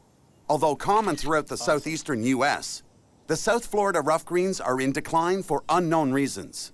You know, the neat thing about those, you can see the pupil, the round pupil in the eye so well with that species. It makes it so easy to identify as a non-venomous North American species. Look at this. You want to talk about something that blends in here? Check this out. Look at that. I mean, you can't even... Hey, you'll lose him in a heartbeat. His head's way over here. Do you want to talk about camouflage? It doesn't get any better than that. No. In this type of growth. Yeah, look at what he's doing. He's shaking. Yeah, back and forth. It's a camouflage mechanism to appear to be just like the leaves. Chameleons do the same thing when they rock. Yep, when the wind Walk blows. up and down. Yep, they think. Yeah. Yep, there he's doing it again. He's yawning. He's yawning. It's so cool when they do that. You know, Greg, I would so much rather find snakes like this that belong here, that we can photograph and pick up and look at and let go on their way, than berms. It's so much better. I totally agree. All right, man. Good catch. All right, let's Head go this find way. something bigger. So where's this big boy you got while I was gone? Right there. Holy cow. Back at Shawn's reptile sanctuary, this giant African sulcata tortoise is finding refuge. He is a machine. He's a beast. Look at that thing. Napoleon, I think you better find somewhere to hide, brother. Hey. So, they just found this? Where'd they get this? Come here, buddy. Somebody didn't want it anymore. It was at the shelter. Oh, so they just turned it in. Mm-hmm. He's a big animal. People don't understand. Look at the size of that beast. He's well over 100 pounds. Uh-huh. It's got to be. These tortoises make their home in the dry sub-Saharan region of Africa. This winter's cold isn't making it any easier to take care of them. They're calling for in a couple of days the low to be 25 degrees. Yeah. It's gonna be a long winter. Yeah, unfortunately. Maybe it'll snow here for once. Caring for the growing collection of reptiles at Shawn's sanctuary puts a strain on Jen and Thorne. You're okay. You're okay. They could use some extra help when Shawn's away, so he's interviewing a candidate for the job.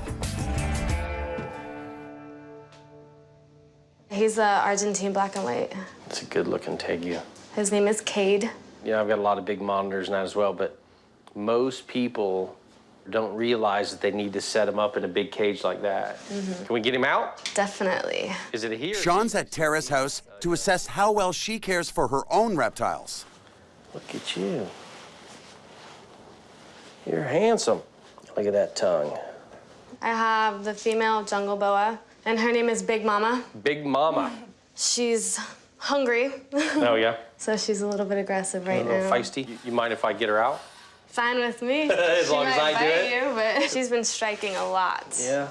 Yeah, I'm not food. Big Mama's up for adoption because of her aggressive behavior. In captivity, she could grow to over 4 meters, a potential danger for an inexperienced owner. You're all right, aren't you? Don't smell any rats, do you? No, you just took a drink of water. Whoops, sorry about that. She had a throat full of water. Yeah, she I did. just pulled her out of her water bowl. Oh, yeah. This is my reptile room. Roughly 1 million Americans own exotic reptiles, so Terra's not alone. But the variety in her collection tells Shawn that she's more than just an amateur hobbyist. Over here, I have a Molly Euromastics in Oh, here. yeah, I love those things. I'm a sucker for those high contrast animals. Oh, yeah, little beauty. And they've almost got like a beak like a bird and like a toad head. Yeah. You're pretty. Uh-oh, we got a bearded dragon. Yeah, this Oh, is that's a my nice- dragon. That's a nice setup. He's super friendly. And they make a really good pet. They don't get really big. You know, typically they're not aggressive at all. Part of me coming out here today is to kind of check out your caging and the healthier animals and do due diligence, so to speak. And I like what I see. We can set up a day and have you come out and check some stuff out. And, if that interests you, we can do it. Yes, I'd love that. Meanwhile, the other python hunters haven't given up finding a berm. Michael's new python chaser is just the thing to navigate the Everglades' 2,250 kilometers of canals. There's a couple of places to dock right in here.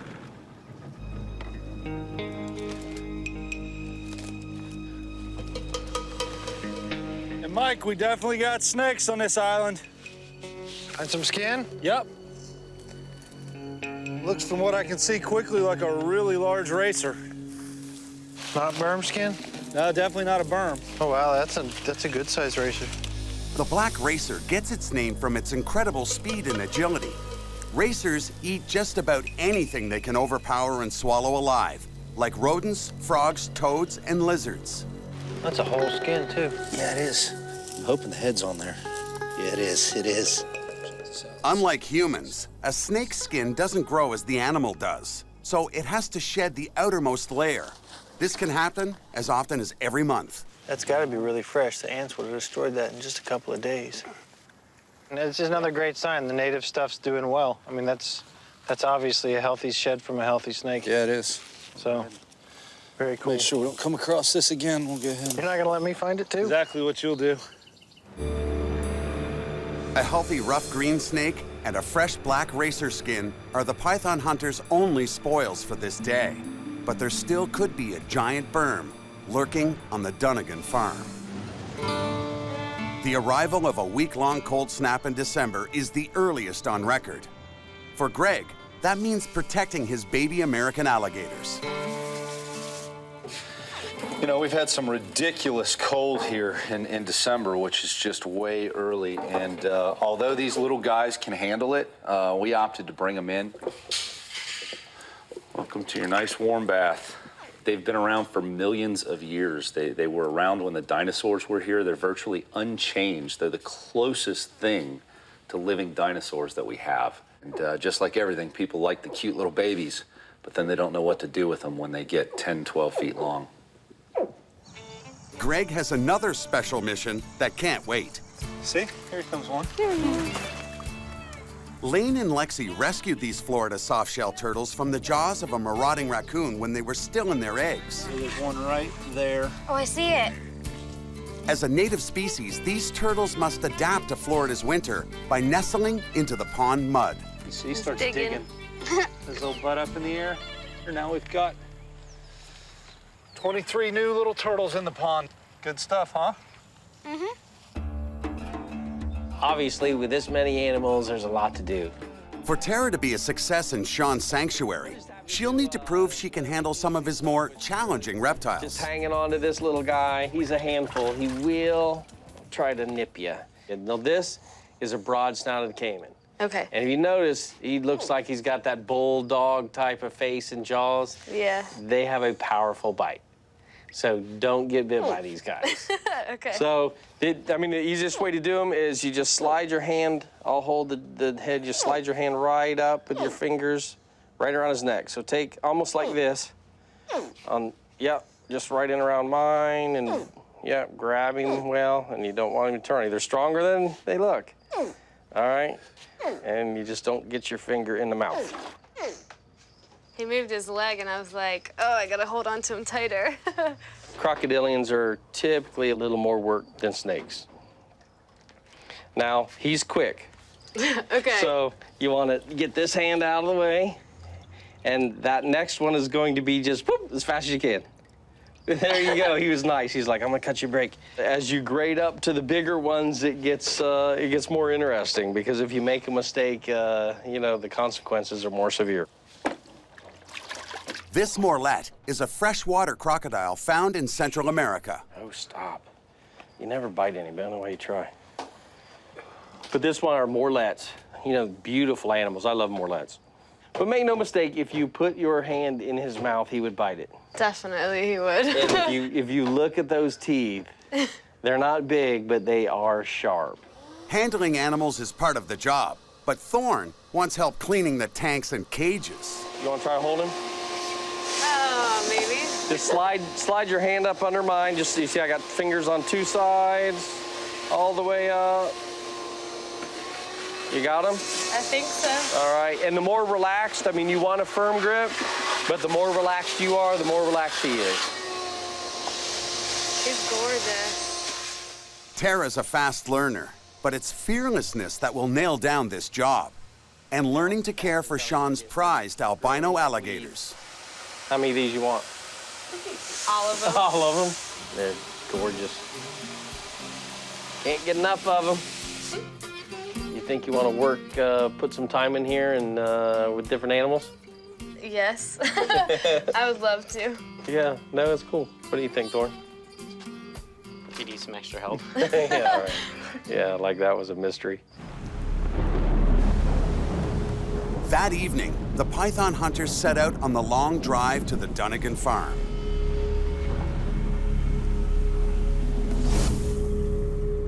In the morning, they arrive planning to smoke out a large berm hiding in thick vegetation. Yeah, look how wet the ground is. I mean, the inside of that's got to have a ton of moisture in it. It puts the entire operation on hold. There's still standing water. Look at that.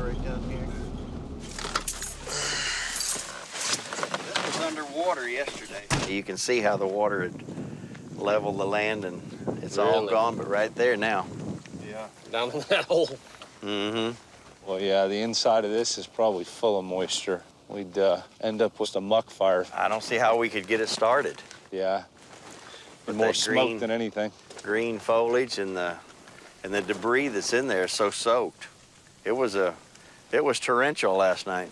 And in the center, there's actually water and cattails. It's a deep, very, very natural, but deep hole. Yeah, we've crawled through it. Yeah. We were growth on top, we went to walk across and literally fell in up to our shoulders before we found the rocks and the actual bottom of it. Really? So, yeah, we've been right in the center of that. Like I said, when you get in there, it looks a whole lot bigger inside because you're fighting for every inch you need. Farmers in the past that farmed this land years ago, if the rocks come up and they're too big for the tractors and the equipment to go over, they send a crew through and pick them up, and they put them in that hole. So there's a pile of them in there. Yes, yes. Of really large coral rocks, which make great refuges for these snakes to get into.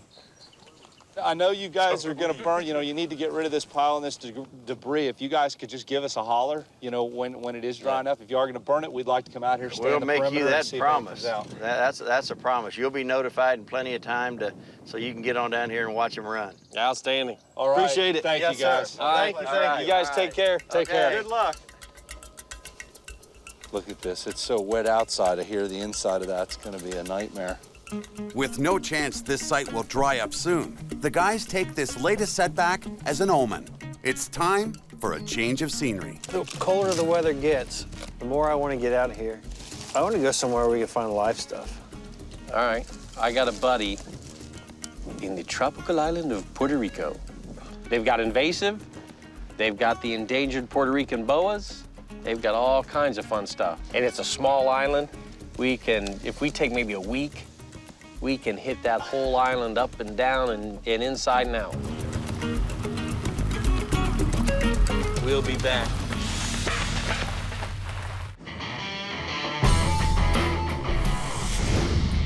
Puerto Rico is only a 2-hour flight from Miami. But Shawn's the only python hunter who's set foot here before.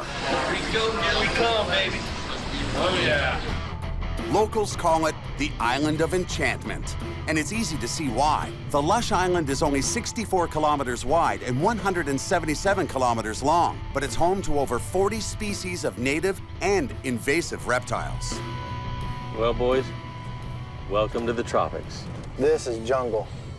Oh man, I can't wait to get my hands on some of those iguanas. Those Cuban rock iguanas, you know how many people are gonna be jealous of us to actually put our hands on a wild population of those animals? Hell, I've been jealous of Shawn. Yeah. I got to hear about all his stories about going all over and catching this and catching that, and Hey, you know what? The cool part? Finally, we'll be able to substantiate some of his stories if we have some good ones from here. Yeah, we can see if they're actually true or not. To see everything on their wish list, the guys have teamed up with an expert guide. About freaking time you got here. Ivan Alfonso is Michael's vet in Florida, but he was raised in Puerto Rico and knows all of its reptile hotspots. There's gonna be quite a few adventures here. It's gonna be quite interesting. We're gonna be visiting not only invasive species, but also native species. Because, I also want you guys to take a look of, what we have here, that it's endemic here, that these invasives can be displacing. You got a lot to live up to. I know. We get told by people all the time, I'm gonna take you and we're gonna find this. I know. How confident are you? 100% confident I can deliver. All right. All right? That's a tall order. It's been a long time since I've been here, but I'm chomping at the bit to get back at it, and I know it's fresh for you guys, so let's get on it, man. All right. To begin their adventure on a high note, Ivan sets course for a research facility on an isolated island, just a short boat ride from the coast. It's home to the rare and impressive Cuban rock iguana. So this is an invasive species. How'd they get here? They're native to Cuba. They were brought in as part of the zoo, and then when the zoo closed down, they left them.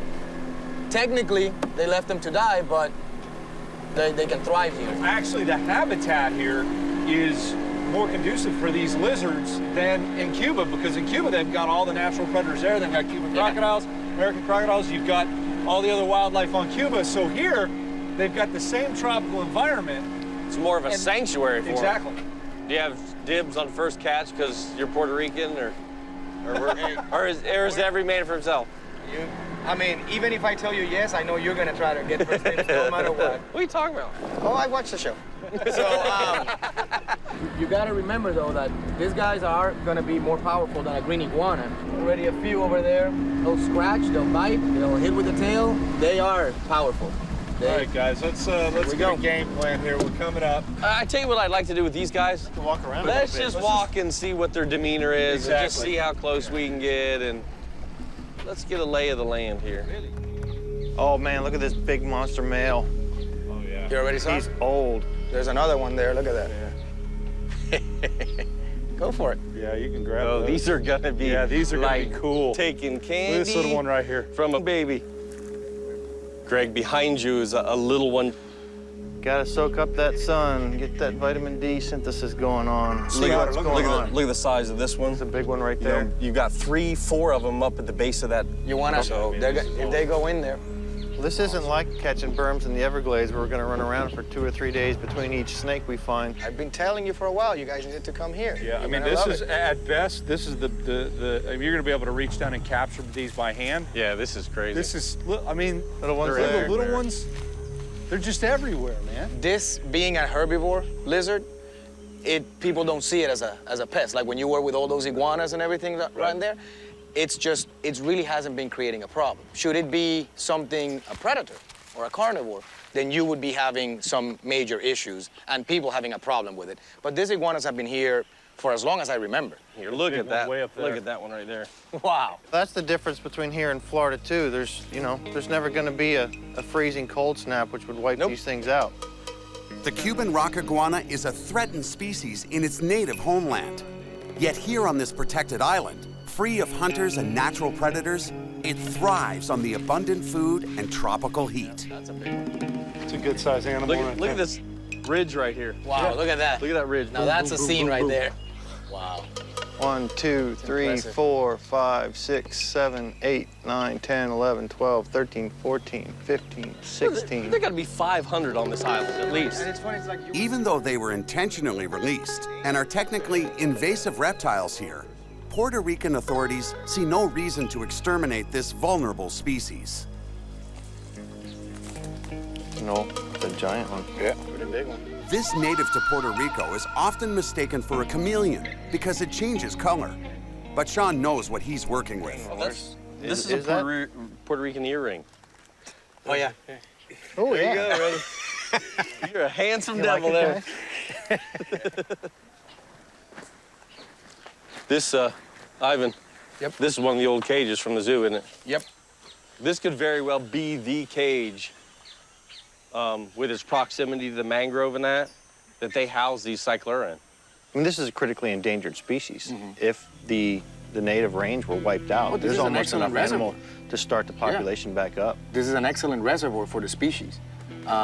There's always the possibility, should the animal become extinct, you can actually relocate some of these iguanas. Let's go catch some lizards, get some equipment, and have at it. It's just cruising along the building. The great thing about these, and we said it before, they've used these for old dinosaur movies and that. They just, you know, make them look like they're... Right in front of you, Michael. That's perfect. Hold on, I'll run it back to you, Shawn. Here we go. Watch him go on that. Take this Wow, side. that one is perfect.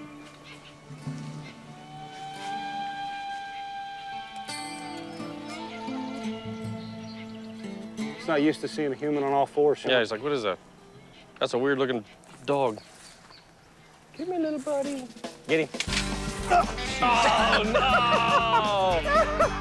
no! Mikey! Done better with my hand. Oh, my God. You got whipped by a little lizard, man. All right, Mikey, handing that to somebody else, buddy. With over 1,000 iguanas to chase on this small island, the hunters go wild. Here's one right here, little tiny one right here. Oh, yeah, he's a... Hey, little buddy. How you like that one? Oh, blue? this one's perfect. Look at the blue on that. This one's perfect. Which one? The right pale here. one? Oh. Watch out for them teeth, Greg. Another little nice one. Another little one? That's a keeper, look at that. Look at perfect.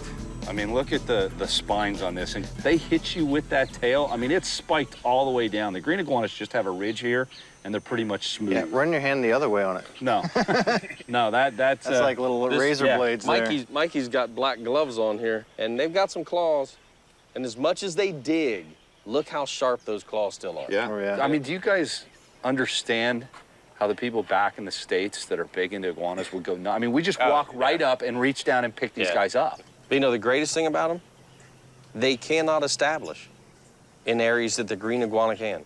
You can let these loose in the Everglades. Well, you don't want to, obviously, but if it occurred, they would die. They cannot survive in an environment like that. They need very strict coastal vegetation and habitat. So we'll catch some of the big ones just to examine them and take a look at them close up. Look at this big male right here. Right here, look at this. Watch him cut between us, Greg. Yeah, I know. Go ahead and push. He wants some of you too, Michael.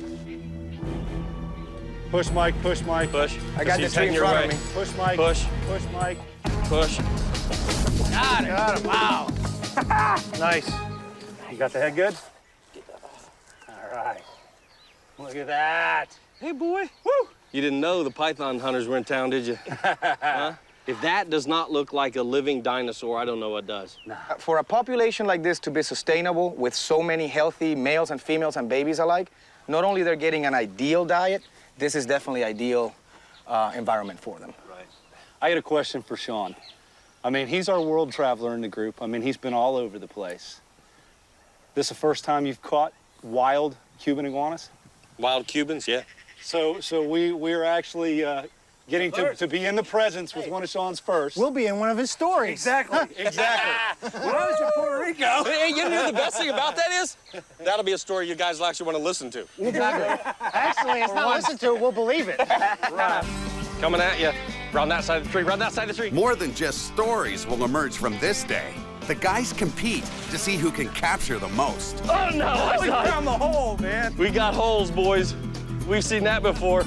Let's check this out, man. We're going in here or this side? Yeah.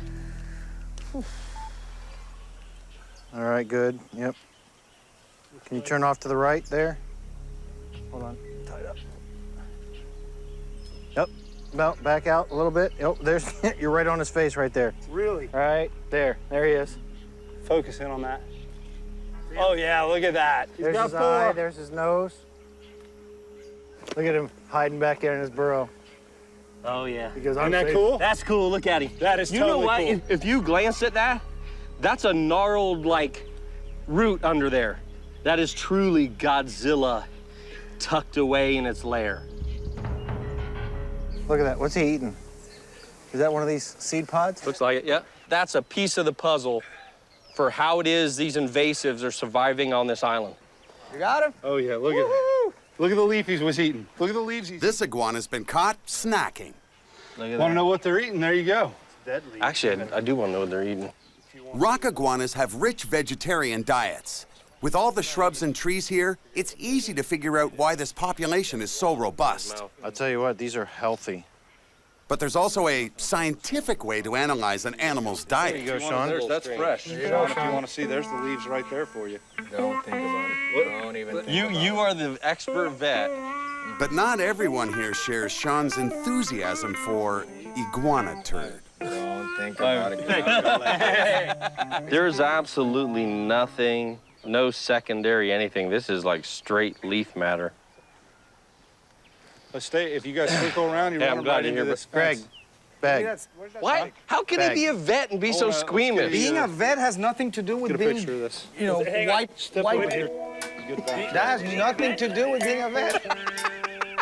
Look, he got a PVC stick. I'm not sure that's gonna help him catch something or beat me Beat away. you. Oh, okay. No, this is actually only for you. This little island also has the same species of invasive green iguanas the guys hunt back in Florida. Over on Puerto Rico's mainland, they've become a similar overpopulated nuisance. Hey guys, we captured a ton of green iguanas. I mean, the only reason for trying to get one now is I'd like to compare it side by side to a Cuban. Michael, can you get I don't know if you can get back in there. Where is he? Right in there in that hole, right 4 behind feet that off the log. ground? If you go up that, maybe running back to us. Without falling, Mike. You're gonna run about 25 Cubans back to us as well. Break a leg. All right, he's curving back to our right. Oh. Wait. All right. There you go, dug right into the, look at what those, he couldn't have posed that better. Look at that. Now we gotta grab up a Cuban. I wanna see one of these guys side by side. That should be easy. Yeah, right. Good way to run them in, man. Round up a Cuban. Good job, Mikey. Whoa. There you go. Look at that. Look at the size of the heads. I mean, the heads on these two animals. You know, these are both, this is kind of a subadult, but this is a full adult. Look at the bite pressure, the jowls on this thing. That is a nice muscle right there that ties into the sagittal crest on the skull. It's kind of a bony ridge.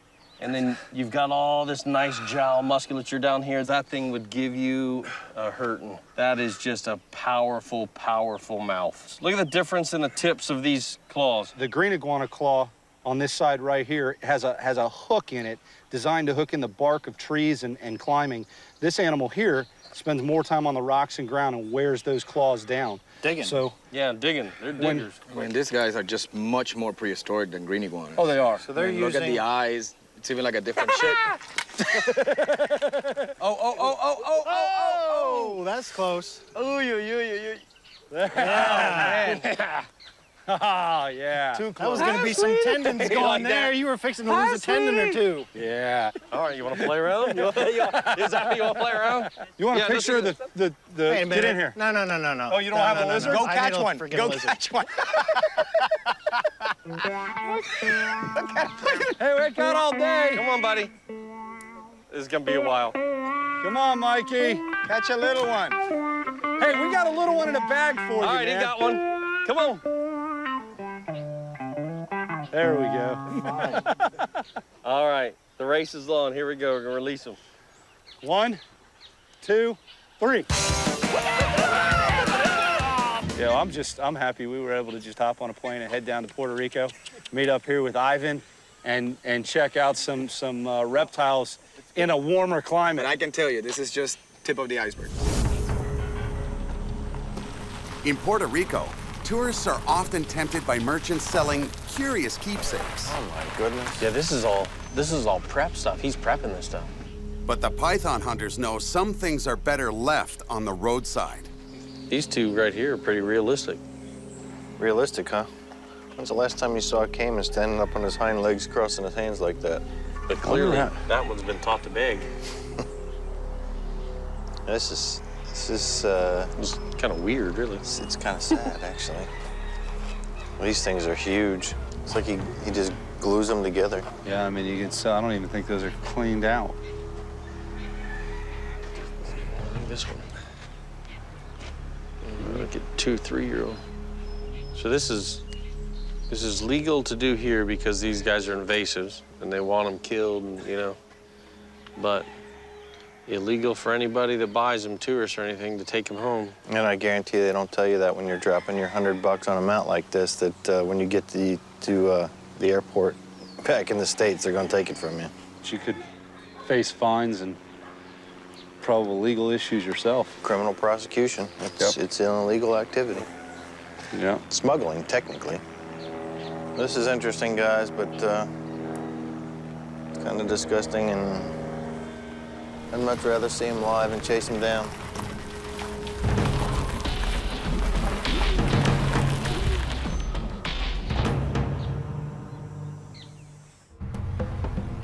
Next stop on their Puerto Rico road trip, the famous Culebrones Cave near Arecibo. How's it going? Shawn. I'm Bert. Joining them is Dr. Bert Rivera, a local biologist who will help them get a closer look at the unique creatures that live in the cave. Basically, what we have is a large population of bats, around 300,000 bats in this cave.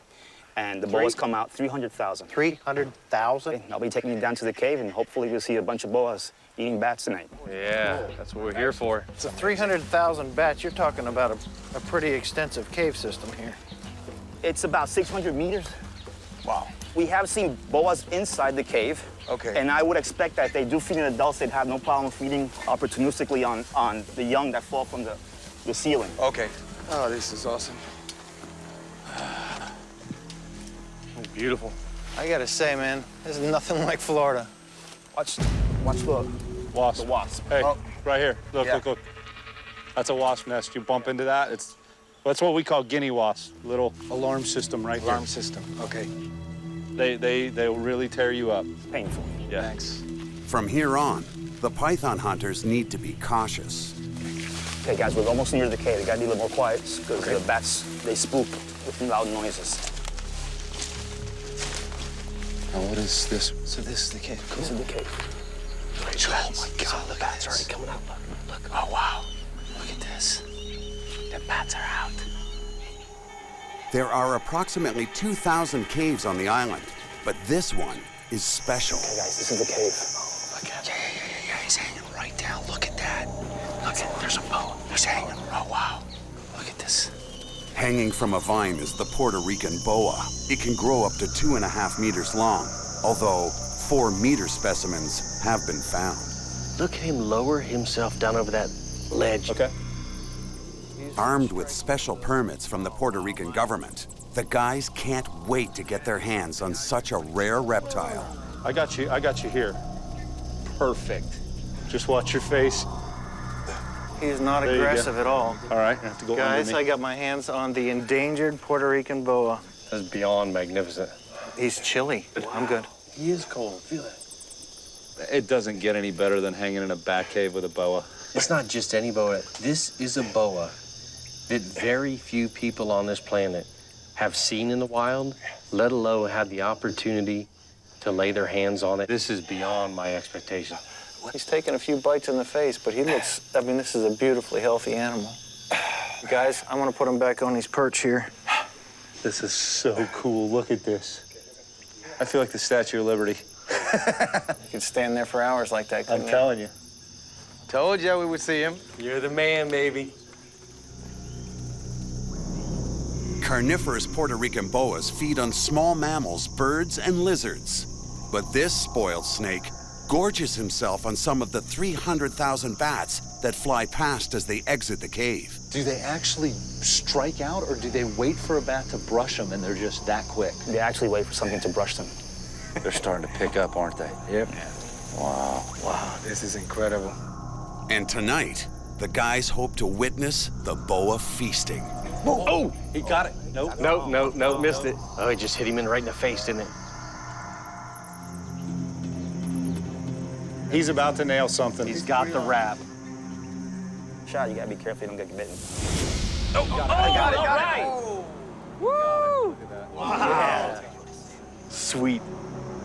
The boa hangs by its tail and seizes prey in its jaws. Its backward-facing teeth prevent escape. And then, the snake coils around its victim and suffocates it. Come on. There you go.